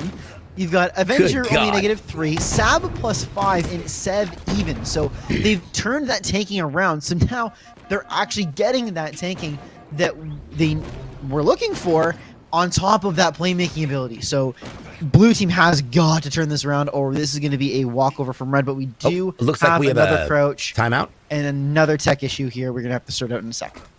This is what happens. Quick round. Yeah, there we go.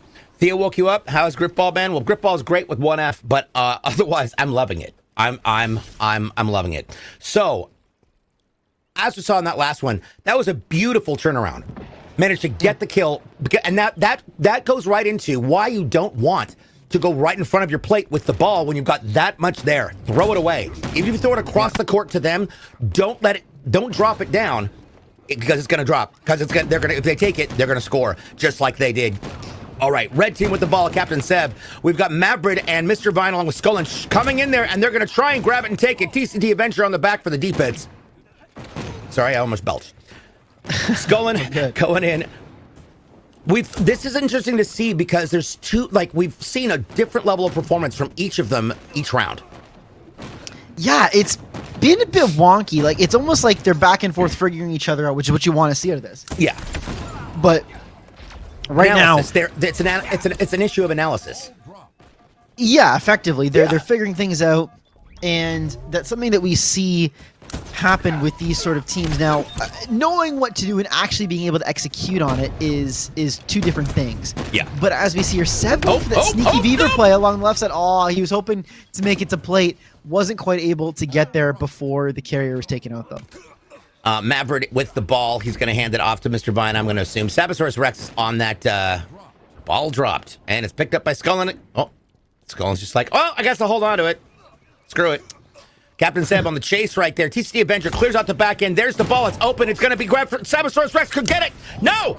Somebody's not gonna make a play for it. grabs the ball. God damn it. God damn it. It's still loose. Blue team takes possession of the wall. Oh my God. That was so stressful to watch. Oh my God. Yeah, that was an interesting situation. Oh, but that ball's my now again loose. Not quite gonna get the kill. Carry force back into the corner. Oh my God, and ball they're was gonna reset thrown. there. That was... But again, dang. That reminds me of one time I was streaming Halo 4 Grifball when it was in matchmaking rotation, and I had Doc Chaos, God rest his soul. You all know him. He was an OG Grifballer. Doc Chaos and I were playing in matchmaking, and it was two of us and two randoms, and we had open comms, and they're just trying to get kills. And instead, the ball is just sitting in the middle of the court, and I'm trying to get to it, and Doc just screams into the mic, "Grab the ball!" I laughed so hard, I almost cried. Skullin on the chase, and it's going to be tossed back. Look at that. Was a beautiful example of when you want to toss the ball. If you know that you're not going to get it, throw the ball back, let somebody on spawn get it, but you want to get the hell out of spawn with that ball and don't cross the plate with it. Yeah. Oh my gosh, this, Mr. Vine with a kill. That's actually something you point out there, because that's a big meta shift that we're seeing here. Yeah. Lately, we saw it with some of the runners, namely, actually, and I'm gonna give a shout out to Ugalov, because he was the one that we really first started seeing it with in Halo 5, was runners that would just punch until the cows came home. Yep. And he was fantastic at it. Was hands down one of the best runner in 5. That was really good at that. Shit. Yeah, now we're seeing with Halo Infinite a lot of the runners be aggressive and basically ball tank with themselves. Instead of being on the defensive and letting their tanks do it, they're being more aggressive and forcing those plays themselves. And it's an interesting shift that we see. It has to also do with the fact that things are a bit wonky with some of the health in this game, but it's been a cool shift. Mungo Pungo's just got his 4th ball kill in a row, and they have been coming at him, and he's just basically been saying, "Nope, not dealing with you right now. I'll just punch you in the face and call it a day." There we go. We've got Sabosaurus Rex is going to get there. No! Oh, there you are. Get it, goal! That is going to be a goal for the blue team, tying it up 2-2, going into round 5. What a goal. Incredible play. Like a clutch kill on the plate there to make sure he managed to get to that ball and has tied this up. So good work out of him to make that happen here, as we see the kills come back in with, again, red team winning that tip off enough to have initial possession off it. Sorry if I get super excited, people. I haven't done this in a while, so, there we go. All right, we've got Captain Sev with the ball. Sabosaurus Rex on the defense, on the offense, trying there to get rid of Maverick, but he's also got Mr. Vine on the side. Mungo's kind of watching the goal, but staying there. Skullin is already damaged a bit, but Dylan's going to try and get that takedown. Boom! Nope, not going to happen. Skullin said, no, I don't think so. There we go. I'm going to be able to kick your ass, and that's what's going to happen. That's basically what I imagine is going through Skullin's mind.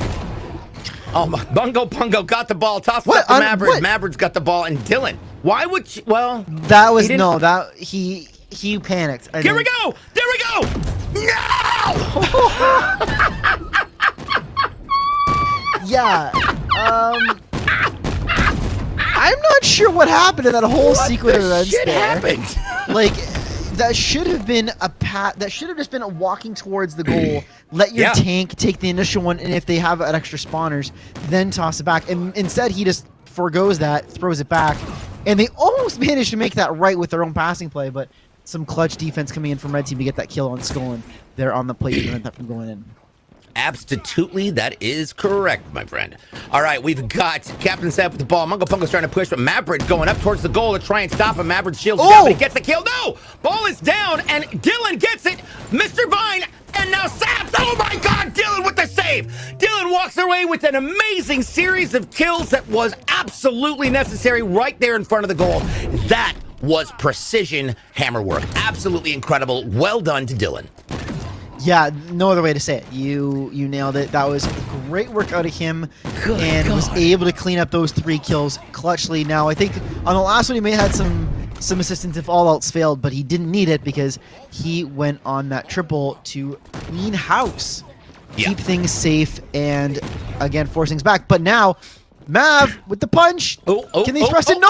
Sab off the respawn, but all 4 dead, and that's going to be it. Let's go! Blue team gets another goal. It's going to put it 3-2 as they take the lead going into round 6 for game 2. This is going to be interesting. Wait, game 2. This is game 1. This is game 2. This is game 2. Never mind. This is game 2. I should stop drinking. Just kidding. I'm going to start drinking. But when we're now done. we're fine. starting to see, as I was mentioning it, we're starting to see that tanking gap open back up between the red and blue team, where Yeah. red team, they've slowed off. Blue team's figured them out now, so they're not having that same momentum they had at the start of the game. So red team's going to need to pick things up, start capitalizing on some of those chances, and blue team's going to need to want to keep the momentum rolling if they want to finally finish this off and tie the series up and force us to a game 3. Now, looking at the stats right now, on the blue team, we've got 33 and 39 for Mungo. Mav is 36 and 33. Mr. Vine is 25 and 31. And Scullin is 35 and 33. But the red team shows a very different structure. 37 and 45 for Dylan. TCT Avengers 29 and 40. Sab is 44 and 32. Heavily positive on his KD. And Captain Sev is 22 and 25. So very different. There's a huge difference between their kills and deaths. Yeah, massive All right. difference, which is what's making the difference, I think, at this point. If red team was still tanking the way they were at the start of this, I think we're already done, Yeah. to be honest. And, all right, Mr. Vine with the ball in the center. We got Scullin coming up. He's going to try and take out Sab, and he's going to not do it because he's going to go after him. And now we've got Avenger coming up behind Mungo Pungo. Mungo Pungo's down. We get the punch, and Avenger's going to try and get up at Maverick. He's going to try and put on the offense, try and get that tank away from his ball carrier. That's the goal. Seb coming in to try and help with Mav, and they get the takedown. There's 2 down. Mav's got to wait for his health to get back. Sab is coming back in along with Seb and Avenger off that line. Here comes Dylan from the goal. Around this side, and he's going to have to look at Dylan, but he's got Avenger on the back end. What you don't want to necessarily do is let somebody be alone on the side, because if you lose the ball, they can rush the plate and catch it in a pass play. This is where it gets dangerous. You've got all these people. Oh my God! This is, oh my Lord. Jesus. Scullin, what are you doing? Why? Well, I mean, it worked. It was risky as all Oh hell, my and God. his team managed to clutch up with some Sweating. defensive kills there, but that was not a smart play by any stretch. That got me sweating. I was just like, oh God.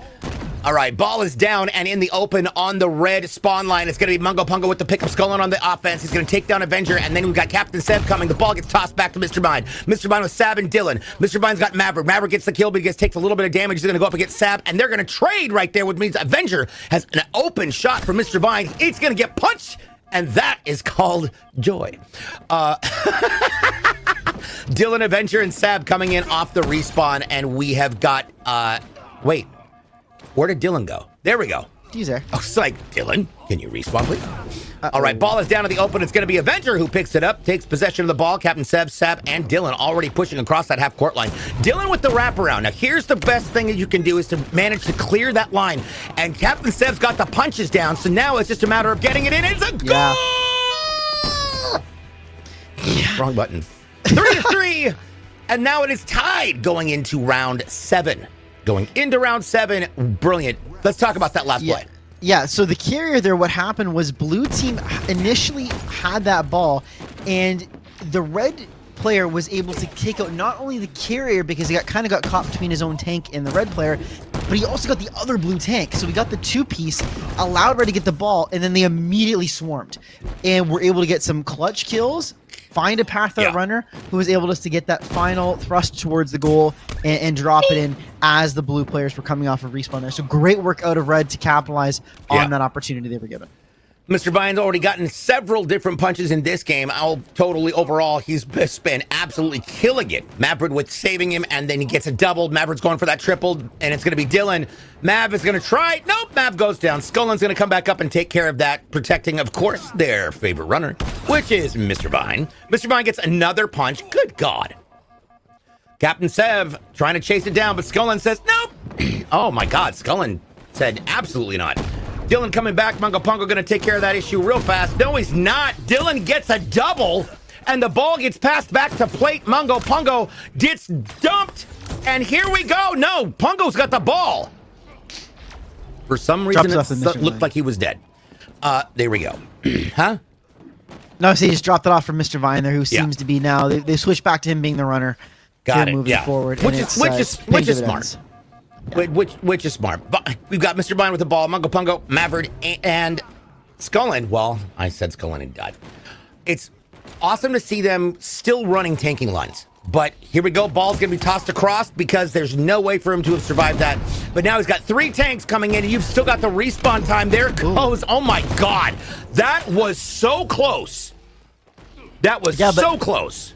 That was surgical execution in the blue there. They didn't lose a single player and were able to clear out that red tank who was putting a lot of pressure on that carrier. So excellent work out of them now as we see Mav Brid along the left side, as you're saying, trying to make a play to get around that defensive line. And we're almost able to, if Scullin managed to get that kill, they would have been off for the races. Love it. Absolutely love it. Mr. Vine coming back in behind Maverick, trying to use them as his offensive line. Maverick clearing out that far side so we can run up the side. But Dylan and TCT Avenger are in there. Dylan got a little too close for comfort. Mungo Pungo on the chase. TCT Avenger's going over there with Sabosaurus Rex to try and get the ball. Woods is in the open. Ball is get picked up and he gets the punch. Mr. Vine. God, you're so violent. I love you. Oh, no. And then Mr. Vine goes down in a match with Avenger. Ball is picked up on the far side, and it's a turnover. It's now Sabosaurus Rex on the red team. No, I'm sorry. It is Captain Seb on the red team with the ball. Yeah, and that was a turnover by Mr. Vine. He threw it out, and I see where he was coming from, but he effectively threw it to the red player who was, almost, in terms of hockey terms, he'd be like right at the top of the circle there in the slot where you don't want to be giving the ball away. That's not a good spot. But luckily there was a tank or two there who were able to play defense enough to force that ball to be thrown back to the red side. And they were safe in that respect, but it was a touch and go moment there. For a minute for that blue Scott. Yeah, absolutely. All right, Captain Seb at the half court line with Scullin, and he's there's a gonna pass toss right it up, to and the this is- plate. Oh my God, he gets the no. Oh my God, that was so close to perfect, and it just didn't happen. We've got Mungo Pungo with the interception on that, and it grabs it. He took down their one tank who was back there to try and get a pass play, but it did not work out. Sabosaurus Rex on the chase. Mr. Vine gets the kill, and we've got Maverick pushing forward to Dylan. But oh my God. Well, they're still alive, and they're dead. So there we go. Mr. Vine and the rest of the blue team are coming up across the half-court line while Scullin resets and comes back in from the spawn. Now we're back in our side. Sab kind of pushing in, but he gets punched. God, Mr. Vine is good at this. He just slapped the daylights out of him. He basically said, "Bitch, please." Oh, big kill there on Mavbrid. Here we go. Oh, punch him, things punch him, off. punch. No, the ball's down. Sabosaurus Rex with the steal. It's a stab and grab. And Mungo Pungo, no, does not get the ball. It is passed back to Captain Seb, and red team resets the move. Oh, my gosh. Yeah, Blue had the Fantastic. opening kill there. Blue had the opening kill there, but red coming up strong afterwards with a great defensive play. Gets that hammer stop. Yeah. Yeah. Yeah, And absolutely. just again, both teams, we've seen it a lot tonight, making some incredible defensive stands where one misplay and it's a goal, and they've managed to hold strong. It's been fantastic to see out of both ends. Absolutely agree. Ball was in the open. It's now going to be back in the hands of TCT. Probably going to pass it back to Sab. Sab with the pickup. And then we've got Scullin with the kill. And Sab coming back up off of the spawn. Nicely done. Maverick clearing out the house on the back end over by where Dylan's just trying to cause havoc. Good God. What? Says, wait, DJ, are you back in Grifball? Chick Boundary, what's going on? You know, I'll be honest. And hold on. Ball is out, and it's going to be Scullin on the chase. We've got Seb with it, and it's going to be tossed all the way over. It's going to be a blue pickup. I'm going to be very honest. It's going to be a blue pickup. It's going to switch over to blue team. And for this, I've really got to hand it to Noble and especially Spence. For there we go. Is it going to run it in? Oh, God. What was he doing? What are you doing? Mungo, what were you doing? What were you doing? Where were you going, Mungo Mungo? What Pungo. was that? What? Oh my God! That was ridiculous. That was ridiculous. I don't know. That I don't was know a if they were just choke and a showboating half. or what, but that was just that was just awful. That- I'm so sad. yeah. Like they could have scored a goal on there. But yeah, I want to give a huge shout out and thank you to especially Spence and Noble for reaching out and being so inviting, I would say, to return to the Grifball community, especially as a caster, because you know I love casting. And I could not have done this without them. I probably would never have done this without them. Mostly because they are blackmailing me. No, just kidding. I do. I love the Grifball community. As toxic as y'all are. Mungo Punga with the ball. Mr. Vine going into the half court with Maverick crossing the half court line. TCT Avengers on the chase. But now there's a problem. You've got way too many tanks on you. Throws it back. It's going to go to Mr. Vine. Mr. Vine with the pickup. Gee, I was talking ahead of time. Look at that. I can see the future. Sabosaurus Rex goes for it. He gets punched in the face. That's not going to work. All right. Good Lord. It's been a chaotic game. I mean, This is there's great. not a ton to add. It's just a lot of back and forth tanking. Yeah. We're seeing the tanking lines staying strong. No one's really trying to get too crazy with it. If they see an opportunity for a play, they'll take it. But we're not seeing anything. We're not seeing anyone trying to get too fancy with it. Yeah. Like We some don't, good we old don't see a passing fancy plays. pants here. Oh, go, go, Passing go! play. That's Yep, a there you goal go. and a pass play. That's another point. Let's go. 4-3. Blue team takes the lead going into round 8. That's what we're looking for. That is Grifball. Let's go. And Sorry. I'm so excited to do this. It's just great. All right, we got the bomb in the middle. It's going to be TCT Avenger with the pickup. And he's going to just says basically running. There we go. Dylan and Captain Seb on the back end. And look at that. Oh, this They could be put it play. out. This could be pass play. Let's go. Oh, no. Nope, He picked throws off. an interception. Scullin gets the ball in the middle of its toss. Brilliant. And that is the way that you do it. You've got to pay attention for those pass plays. If you can, you got to jump and grab that ball as quickly as possible. A lot of players have their ball pickup button taped down or otherwise, or they just hold it. And yeah, there's a reason. Because if you can catch it in midair, holy crap, let's go. yeah, exactly.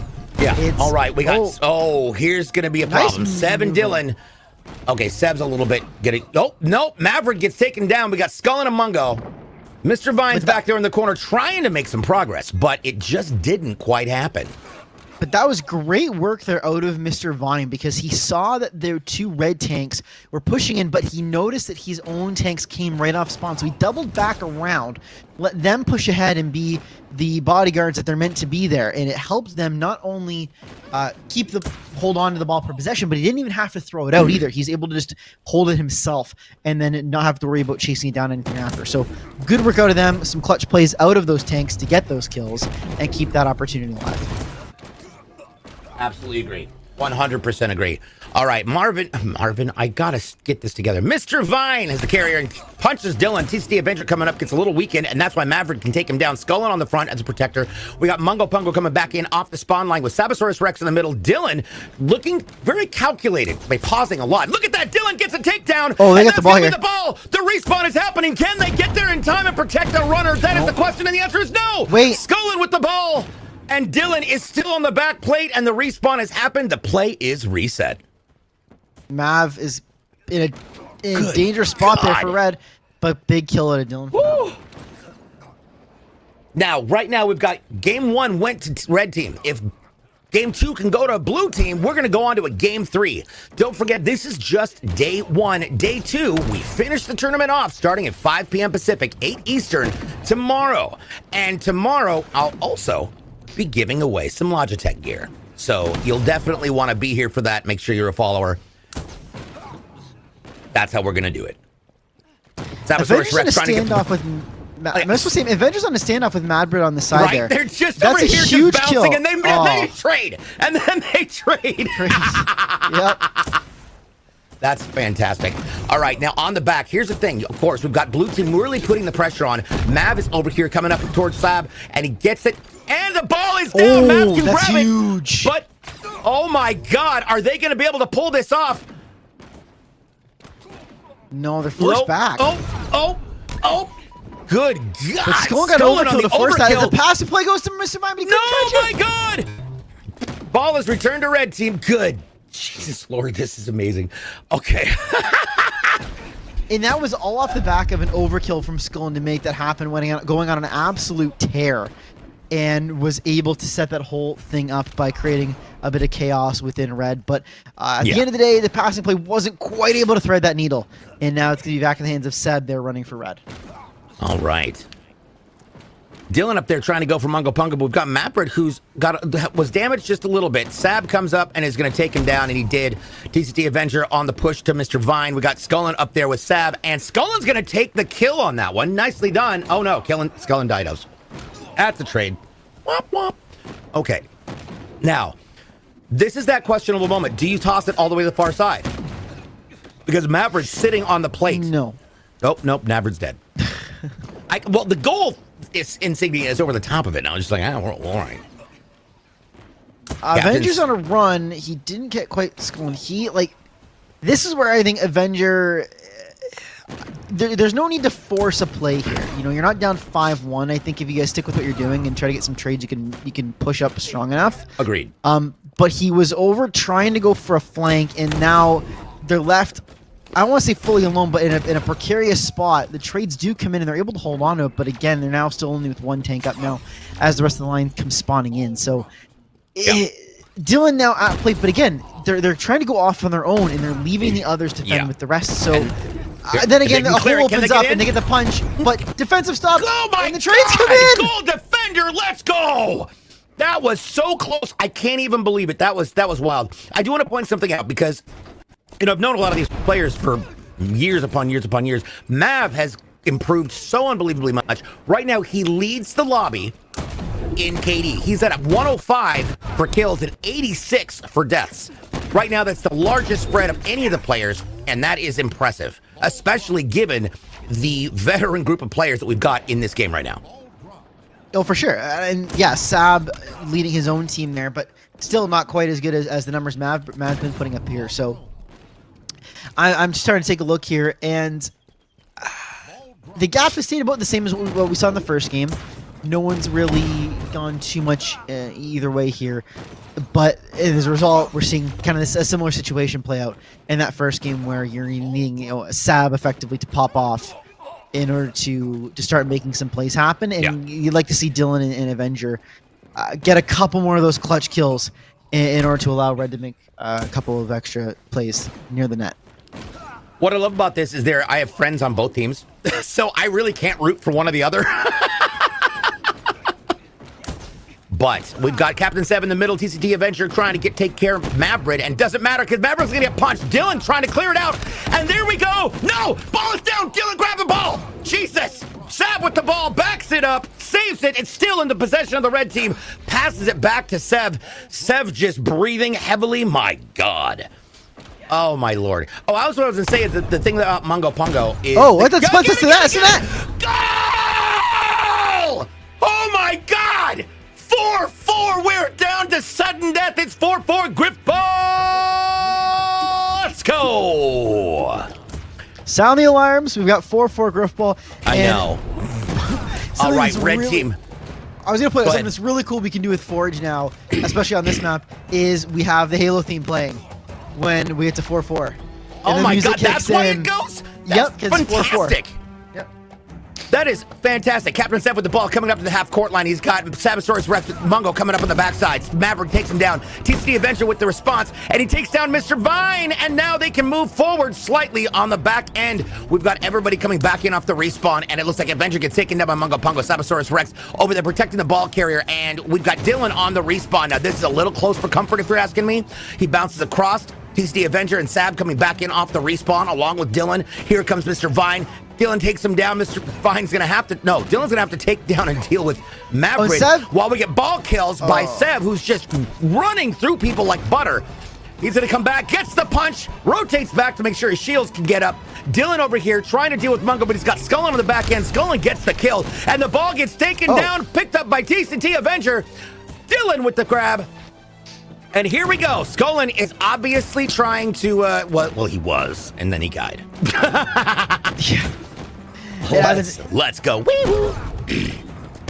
I know why. We almost need like a nice oh punch, my nice God. Punch. Can he get three? He gets three in the goal.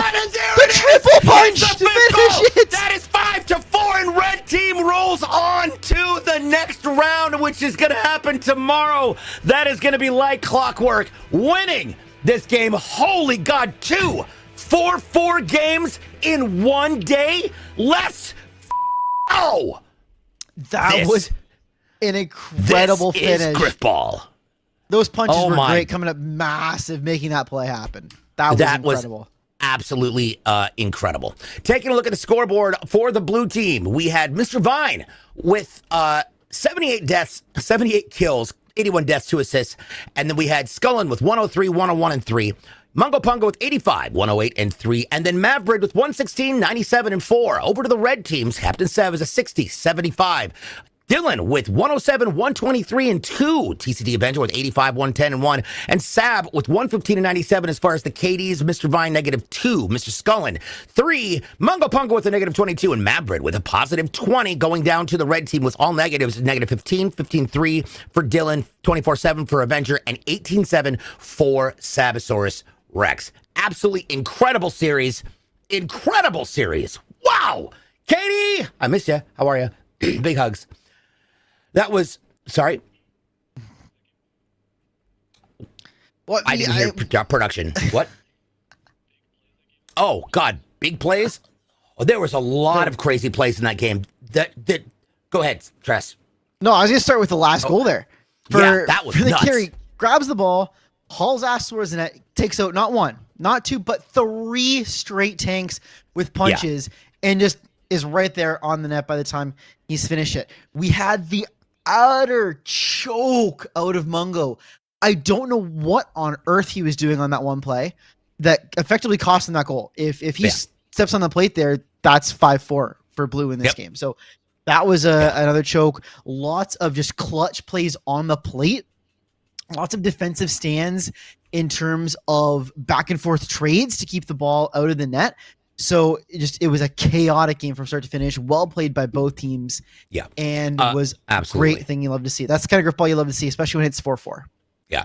We had a lot of really close moments there, especially on the spawn lines, because we had so much pressure being put towards the offense by the defense, and they kept pushing them towards their goal, and so many goals happened because you clobbered them right there on the spawn line, grab the ball, back up, goal.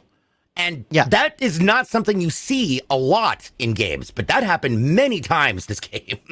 Yeah, there was a couple of times where the ball just popped loose after the carrier was killed, and the offensive team was just able to grab it and pop it in. And that's what I was talking about earlier when I said that you're seeing these teams tonight stick with the plays. They didn't just say, oh, crap, we lost one, let's try to regroup. They're like, no, I'm going to force this. You know, worst case scenario, you die, you're back on defense. Well, if the ball's on their plate and everybody else is back on D, they can't run it that fast across the court. So it was a good idea. I loved to see that out of them, especially when there wasn't really a situation where they could reasonably turn. They could have probably thrown it back, but I think in those types of a situation, when you got more towards the forcing a play, given how hard scoring opportunities were to come by tonight, I understand them wanting to stick with those plays and try to force something to happen. And that was resulted in a lot of good opportunities tonight. Yeah, absolutely. Absolutely. This was an incredible opportunity to watch for Grifball. And for those of you who've never seen it or haven't seen it in a long time, it was a wonderful and beautiful experience to cast. Yeah. And I'll be very honest, Grifball is back. Grifball is back. Yeah. So tomorrow, we've got an incredible show for you starting at 5 p.m. Pacific, 8 Eastern. We're going to be going into day 2 of our championships, where we're going to get even more teams and figure out who is the Winter League champion. And then we've got Logitech G giveaway thanks to the wonderful people at Logitech. So one of you lucky people in chat is going to win something rad, and that's going to be Amazeballs. In the meantime, I believe that we are done with tonight, if I'm correct. Okay, so I just want to say thank you so much to Noble Productions. Noble TV has been doing all the production on the back end. Huge shout out to all of the admins and the camera people, because this is not me doing stuff now. This is everybody else. We've got Deathcrawler. We've got I know, but I'm looking at Ronald Reagan and I'm like, fuck. And of course, it is wonderful to finally get back at the desk with none other than Trespass. So, Well, thank you. It was a good time getting back. It's been Yeah. years since I've casted anything, much less Grifball. So it was nice to get back in the booth and share games. Despite what the Postman said, I won't be here tomorrow.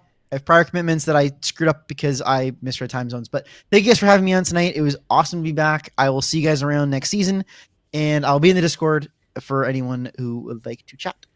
awesome. All right. I will be live again tomorrow on me personally at 12 noon. I believe I'm going to be doing some DJ sets. And then we've got this once again, 5 o'clock. You don't want to miss it. For more information on how you can get involved with Grifball, go to playgrifball.org to find out more. On behalf of Noble in production, again, Spence, Deathcrawler, and Trespass, and Noble, I'm DJ Blue PDX. Thanks for watching. We'll see you tomorrow.